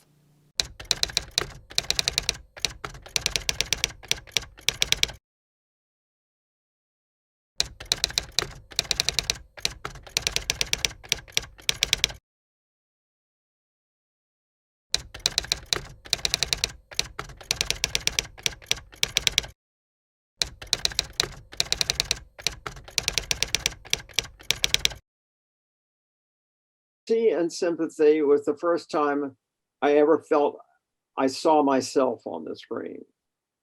And of course, Tia and Sympathy is dated. I mean, the guy to me was obviously as gay as I am, but of course, Deborah Carr saves him, you know, and that's, you know, sort of unrealistic.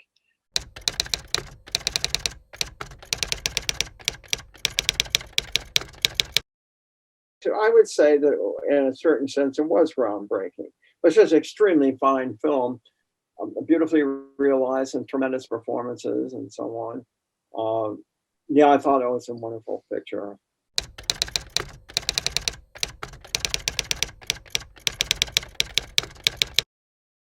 Charles Champlin, he was quite taken with that picture. Yes. Oh, I mean, he bought it, completely fell for the whole thing. I never said a word, but I thought it was an absolute crock of, you know, Jesus. I think that is actually kind of a landmark film, you know, with Bruce Davison giving an Oscar-nominated performance as a man losing his partner to AIDS. I think that is a very timely, certainly when it came out, it was a very timely film, and it was sensitive, and it was honest, and it was grown up. You know, I'm very, very fond of that film.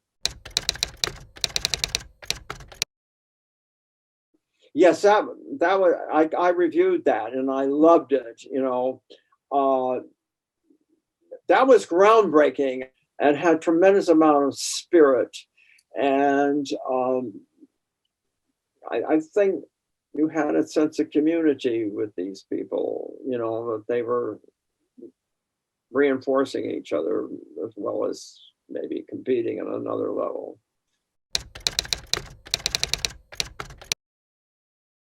I think she was stunning in that film. I thought that was very, very impressive film. I love that picture. I love the style, was so distinctive, and the performances were just astonishing. That picture had a tremendous impact on me. So I think that's a big landmark picture. It's really a breakthrough picture in Hollywood. It's a big, major studio thing about a gay relationship. Now, it still belongs to that tradition that the gay situations end in tragedy. But I mean, I think it's true to itself. That's the way it sort of had to end, given the circumstances of these people and the lives they lived and the places they lived them and so on. And I think that's a great film. But it also suggested that we need more pictures of that people can live happily ever after.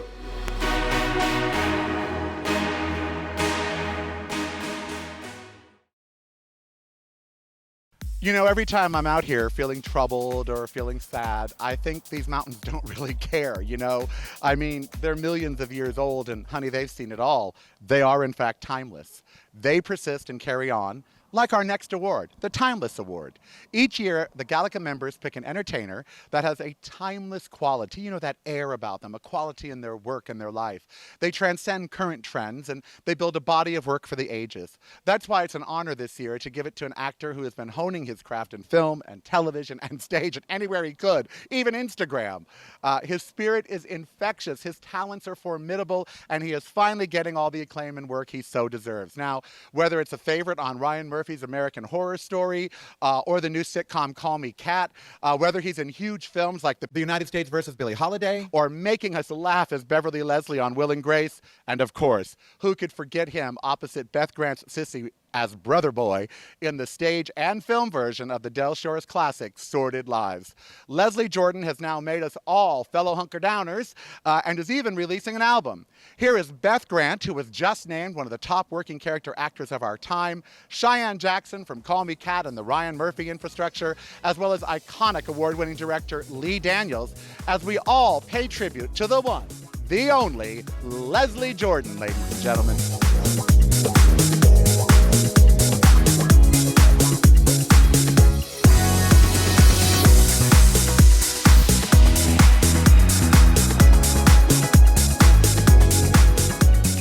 Hello, Society of LGBTQ Entertainment Critics. What fun to help pay tribute to your timeless star, the truly unique and very talented Leslie Jordan. Leslie and I go back a ways. We were both lucky enough to have Del Shores write parts for us in his mega hit play, Sordid Lives. We ran for over 13 months in no small way because of Leslie's beloved Brother Boy. We did the movie, we did the television series, with Leslie stealing every scene he was in as usual. Fortunately, no scenes were with his Aunt Sissy. That would be me. Well, Leslie, this is your Aunt Sissy talking, and I am very proud of you. Leslie went on to win an Emmy playing Beverly Leslie on Will and Grace. He was on Boston Legal. He did Southern Baptist Sissies, again by Del Shores. He had several one-man shows off Broadway here in Hollywood, several books. I hear there's a new one coming out. And I hear that he is making an album with Brandi Carlile. American Horror Story, his current Fox series Call Me Kat, and his Reginald Lord Deven in The People versus Billie Holiday. Leslie's career is going stronger than ever. He is truly timeless. I'm going to tell one little personal story. I was doing a series in Miami called Maximum Bob. Leslie came to town to guest star. Well, I had been there for 3 long, hot Miami months with my little girl and the babysitter. Leslie came to town, and he made more friends in 5 minutes than I had in 3 months. Anyway, we're talking, and he says he's met this tall, dark, handsome stranger who's been off cocaine for 3 whole weeks and is going to drive him to Key West that weekend. I said, Leslie, you can't go to Key West with that guy. I'll go with you. So I loaded up my little girl and the babysitter, and we followed them to Key West. I swear, we caravaned would be another way of putting it, but we followed him. And I think I kept him out of trouble, as far as I know. We had a nice dinner. We danced on the beach. We went to see Ernest Hemingway's house, and then we went swimming. And Leslie's bathing suit, he's a really good swimmer, by the way, was brightly colored, and I guess it had some kind of tropical theme. And this school of fish went after him, was chasing him through the water. And finally, he dove under the water, and he lost his contact. So then we're all diving, trying to find that contact. But he made it back to Miami to be our wonderful guest star, and again, stole the show. We love you so much, Leslie. I've got a million stories, but most of them are not legal. I can't really tell them in public. But you are truly timeless. You are beloved and are the most charming person that any of us have ever met. Congratulations.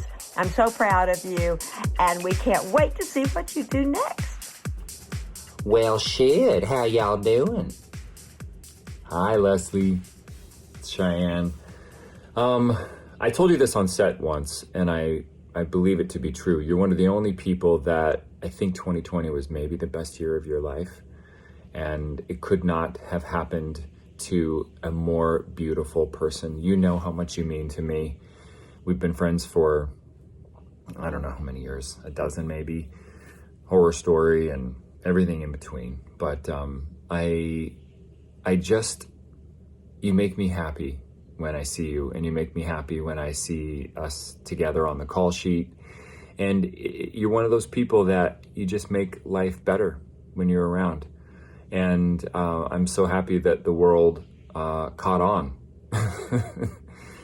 And it's all because you are your authentic, filthy self. I love you. Congratulations. And may 2021 be even brighter. Yeah, that's it. Leslie, congratulations on your Gallica Timeless Star Award. When you came aboard United States versus Billie Holiday to play Reginald Lord Devine, I knew I was onto something magical, that we were onto something magical. You immersed yourself into this character the same way that Billie did, the same way that everybody did. You came right aboard and you wanted to tell the story of the complications of race in America.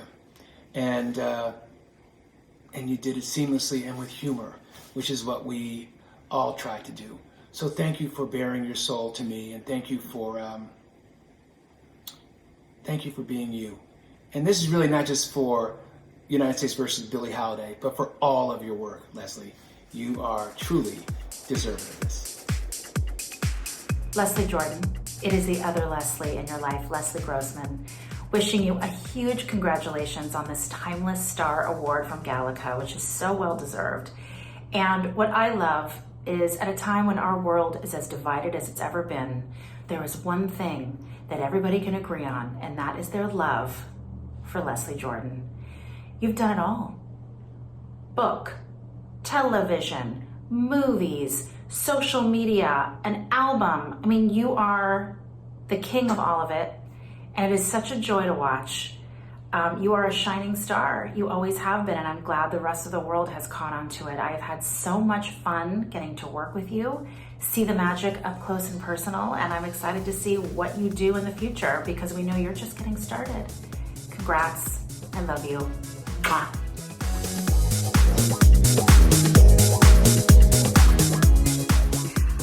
Well, hello to all my fellow hunker-downers. I just found out that I'm receiving an award from the Gallica Dorian Awards. I hope I'm getting that right.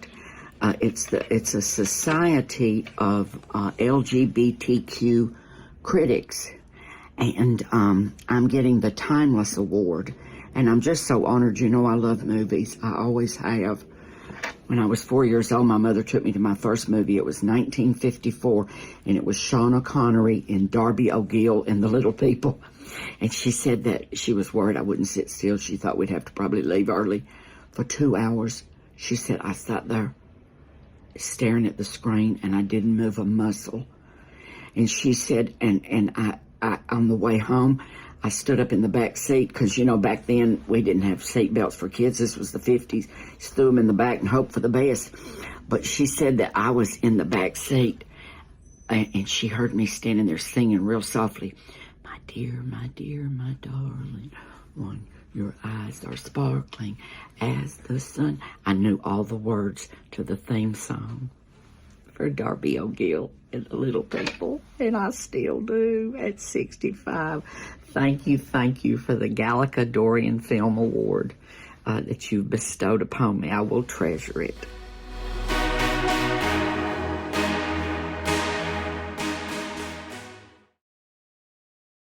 This year, 4 of our 5 nominees in the Best Director category are, in fact, women, and each brought power to the screen as well as their corporate offices. And now let's go to a supporter of the Dorian Awards, women's rights, all human rights, Black Lives Matter, Trans Lives Matter. She's involved in all of it. She continues to support the LGBTQ community in memory of her late sibling, Alexis Arquette. She stole our hearts in Desperately Seeking Susan, was nominated for an Emmy for Executioner's Song, and continues acting and doing a podcast about her passions. Please welcome a member of the royal acting family. It's Rosanna Arquette to present Best Director. Hello, Dorian Awards. It's a great honor to be here this year to present the Dorian for Best Director. As an actor and director, I can tell you one of the greatest blessings is to have a brilliant director guiding your talents to help create the film. Yet in Hollywood, women, people of color, members of the LGBTQ community have had to fight very hard to get behind the camera and in the director's chair to prove that very thing, that talent, not gender identity, not color, not sexuality, but vision and talent are found in people. People of every shape, every size, every color of skin and gender. That's why I'm excited to be at the Dorians. The Society of LGBTQ Entertainment Critics has a history of honoring a diverse group of individuals for their work, and this year, 4 of the 5 nominees just happen to be women. So Yes, to girl power all the way. The nominees for Best Director are Kelly Reichardt for First Cow, Emerald Fennell, Promising Young Woman, Chloe Zhao, Nomadland, Lee Isaac Chung for Minari, and Powerhouse Regina King for One Night in Miami. And this year, the Dorian for Best Director goes to Chloe Zhao for Nomadland.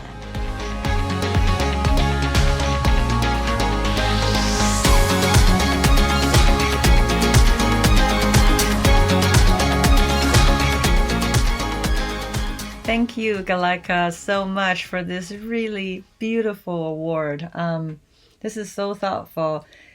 Not only Oscar Wilde is one of my greatest heroes, The Picture of Dorian Gray is also one of my favorite books. So I can't wait to have this on my wall. Thank you so much. I'd like to thank all the members of Galeka. It means so much to me to have your support. I just want to say, Nomadland for me personally is the story of a woman who goes on a journey of grief and healing, and ultimately of self-discovery and self-acceptance. For Fern, she had to make some pretty tough choices, but she realized that she has to be true to herself and to walk her own path in her life. So it's deeply meaningful for me to receive this. Thank you so much again for this beautiful award. It's such an honor. I hope to see you down the road.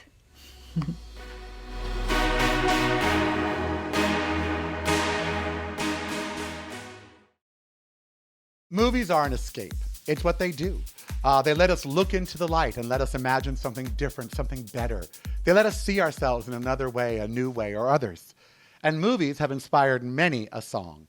Right now, debuting Look Into the Light to celebrate movies that matter through song is award-winning vocalist and my friend, Morgan Mallory. Take it away, Morgan, with the debut of this song.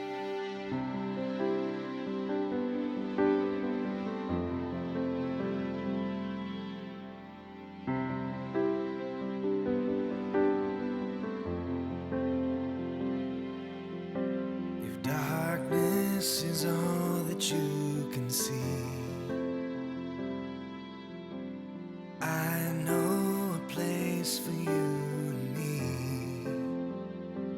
somewhere we can fly away, where there's always a better day. If the world weighs heavy on your heart, there's a place where healing can start. See that old familiar glow, just sit back and enjoy the show.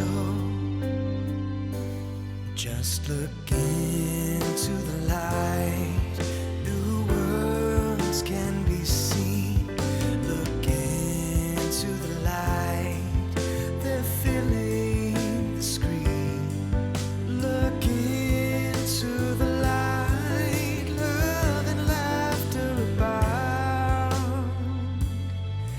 Look into the light, there and then you'll be found.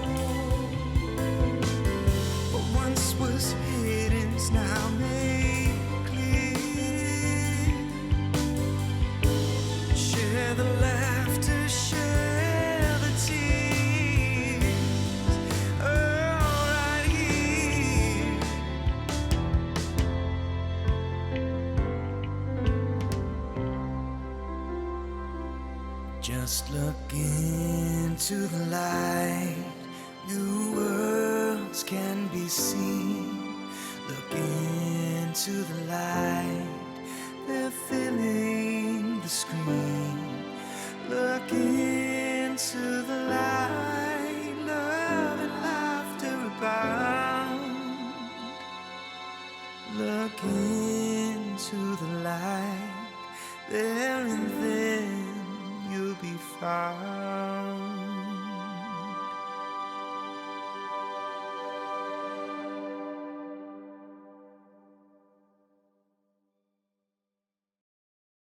All right, that's one song that will certainly now not go unsung, will it, child? You'll be singing it the rest of the night. Which brings us to one of the reasons you watch the Dorians, outside of me and my snazzy clothes, our unsung category. Now, as some of the tastemakers of the country, our members often find movies and films that some you might have missed, but are still great cinema. Our next presenter knows that sometimes you got to kiss a lot of drag queens to get ahead in Hollywood. Amen. He was opposite Sean Hayes in the classic Billy's Hollywood Screen Kiss. Now, whether he's stealing hearts on General Hospital or flashing an FBI badge on Perception, Brad Rowe is someone we'd all like to kiss at least once. But don't. His wife has a really mean right hook, I know. Here to present Most Unsung Film, let's welcome Brad Rowe. Thanks, Karel. Hey guys, my name is Brad Rowe and I'm going to be presenting the award for Best Unsung Film. So last century, well, we'll just say in the late 90s, I had the chance to act with Sean Hayes and the late great Paul Bartel in Billy's Hollywood Screen Kiss. It was an eye-opening role for me, being from Milwaukee, Wisconsin, and let's just say it was a lip-smacking role as well. The movie went on to become quite popular and did well in rentals, but you could say that at the time, it was an unsung hit. Every year, there are a lot of movies that come out that get sort of overshadowed by these larger releases, but they have just as much heart, soul, and talent as anything that's out there. That's why the Dorians has created this award, to spotlight these films, to highlight them, to point out different gems for you guys, for rental, for streaming, all those things, until we can get safely back into the theaters. So, the nominees are Driveaways, First Cow, Miss Juneteenth, Never, Rarely, Sometimes, Always, Surely,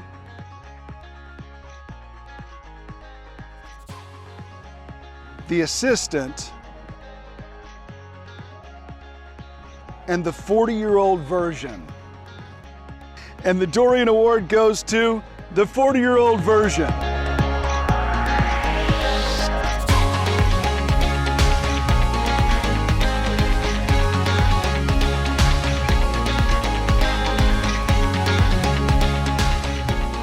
Today, I and the 40-Year-Old Version are the proud recipients of the Dorian Award for Best Unsung Film. I mean, that means so much. I think what makes this award so special is that it was voted on by people like you, the wonderful Gallica members, who don't seem like the type of people to wait for affirmation from the popular crowd. No, these are people who decide and celebrate those of us who march to a different drummer. So thank you so much to the Gallica members for choosing the 40-Year-Old Version for this honor. I want to thank my awesome crew for helping me to make this film. Thank you to Netflix for distributing the film to a global audience. Thank you to Lena Waithe and Hillman Grad and all my amazing producers. Thank you to New Slate Ventures for financing the film. I want to thank my wonderful friends and family for supporting me on the journey of this film and just for always having my back and always showing up for me. Finally, I'd like to thank my wonderful cast.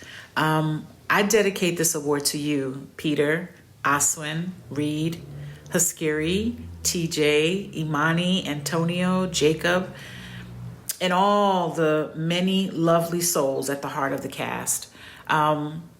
For many of them, this was their first time stepping into leading roles. And for others, it was their first time ever being in a feature film.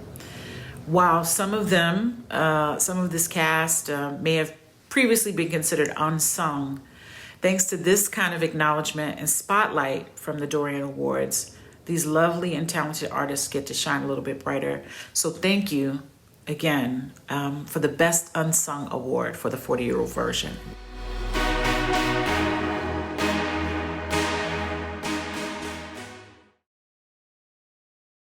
Now it's time for two of the biggies, Best Film and Best LGBTQ Film.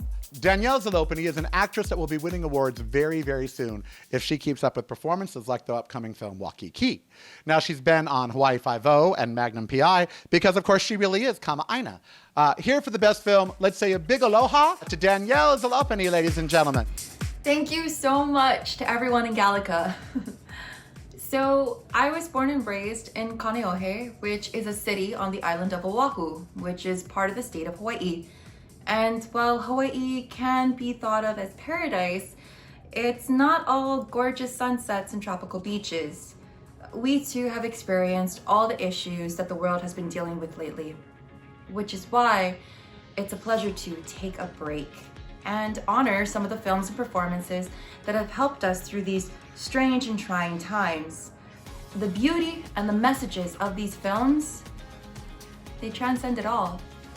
And whether you watched it on a big screen or on your cell phone, the Society of LGBTQ Entertainment Critics nominees for Best Film, well, they can really be seen for what they are. Lyrical, meaningful, emotional, powerful, lingering, grand. So, let's get to the nominees. First Cow, Minari, Nomadland, Promising Young Woman, Sound of Metal, and the winner is Nomadland. Accepting is the film's producer, Peter Spears, and author, Jessica Bruder, whose story about real-life nomads inspired this film.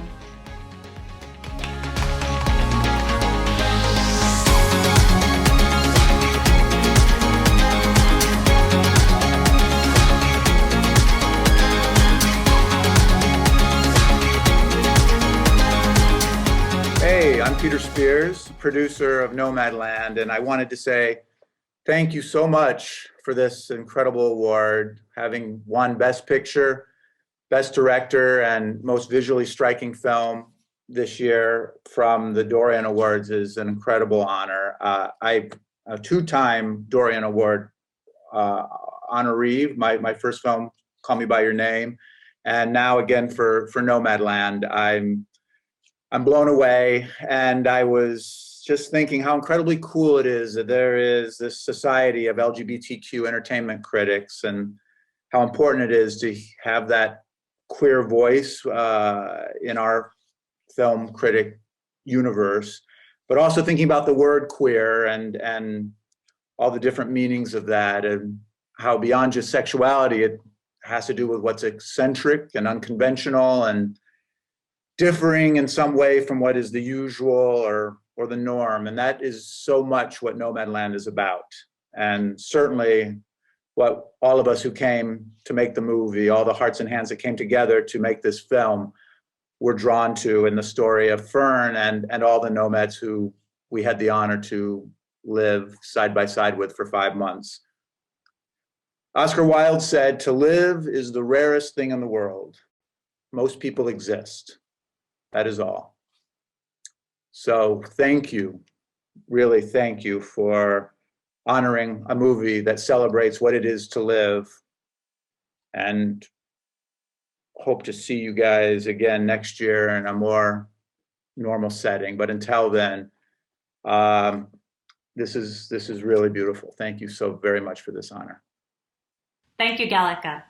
It's an honor to accept this award on behalf of the Nomads and the first-time actors in the film. I can't believe it's been 7 years since I started working on the magazine story that led to the book Nomadland.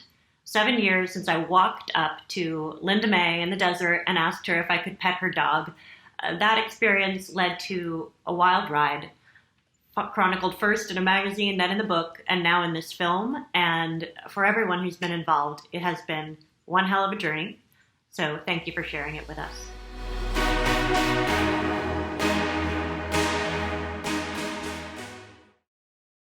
Okay, we're here. The final award of the night. Now, two movies that mattered to me, Making Love and Clash of the Titans, because like every 20-year-old gay boy at the time, I fell madly in love with Harry Hamlin in both of those movies. I mean, the first one, I got to see two guys kiss on camera and like the theater didn't burst into flames or erupt in riots.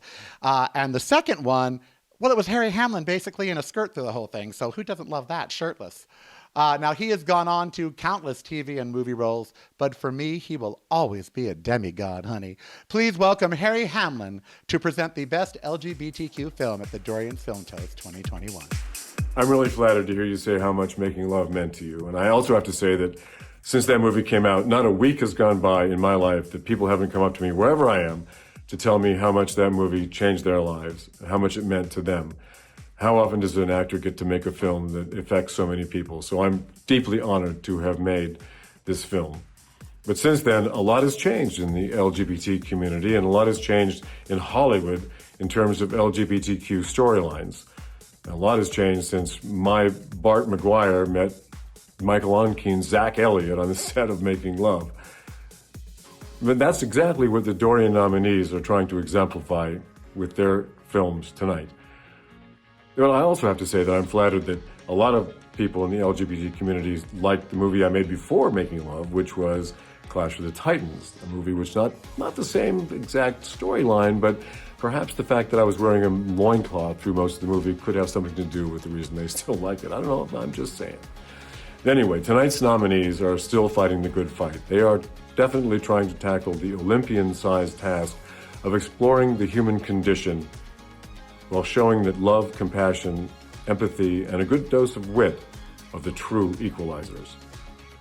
All right, so tonight's nominees are Ammonite, I Carry You With Me, Ma Rainey's Black Bottom, Supernova, Uncle Frank, and the Boys in the Band. And the winner is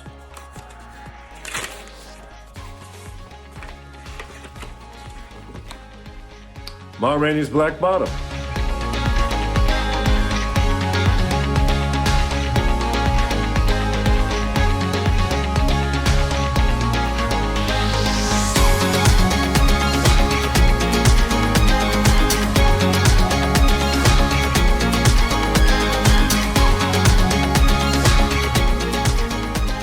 For this extraordinary award, and on behalf of the team of people who worked to make this film come alive, thank you. I'd also like to first of all thank August Wilson, because in the middle of a story that is in essence about the legacies, both traumatic and joyful, of Black men, he put in the middle of this story Ma Rainey, who was an out lesbian, who was a brilliant artist, who was an extraordinary real life figure, and he created his version of Ma Rainey and her girlfriend, Dusty May, played by Viola Davis and Taylor Page, who were brilliant.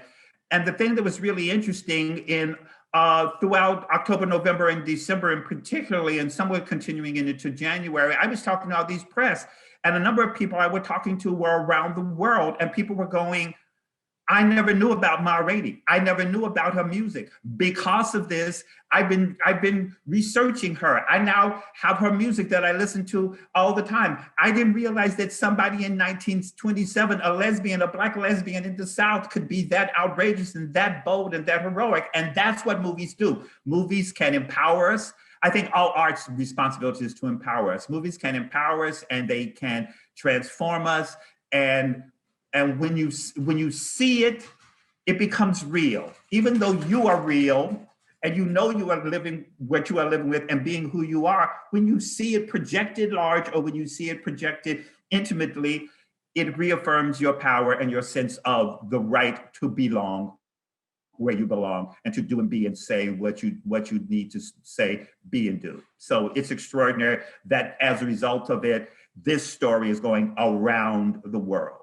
But most of all, what I really want to thank is Ma Rainey, the actual figure. It's been, what's thrilling to me is because of this film and because it's on Netflix, all these people around the world are finding out about this extraordinary woman who is considered the mother of the blues, who was a showbiz entrepreneur in the segregated South, who owned 2 theaters, who toured around with an entire company of artists who she paid, who was beyond an out lesbian. She wrote songs which celebrated who she was. One of my favorite songs of hers has a lyric which goes, "I went out last night with a bunch of friends. They must have been women because I don't like men." And it's just so in honor of her audacity, her bravery, her focus in the 1920s, in the teens and 20s, I accept this award on behalf of Ma Rainey, and thank you very much for honoring us and celebrating in our work, and for all the work that you do in honoring filmmakers and artists and creative people, and particularly for this award for LGBTQ people. Thank you.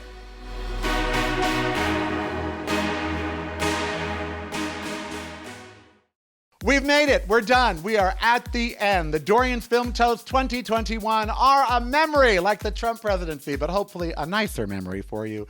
We'd like to thank everyone that was here today, everyone that tuned in. We'd like to thank everyone that hashtagged and tweeted away on social media. This is, in fact, a labor of love, and you can visit DoriansToast.com to see more love, more exclusive content, more things for you to enjoy about the films of 2020 and 2021.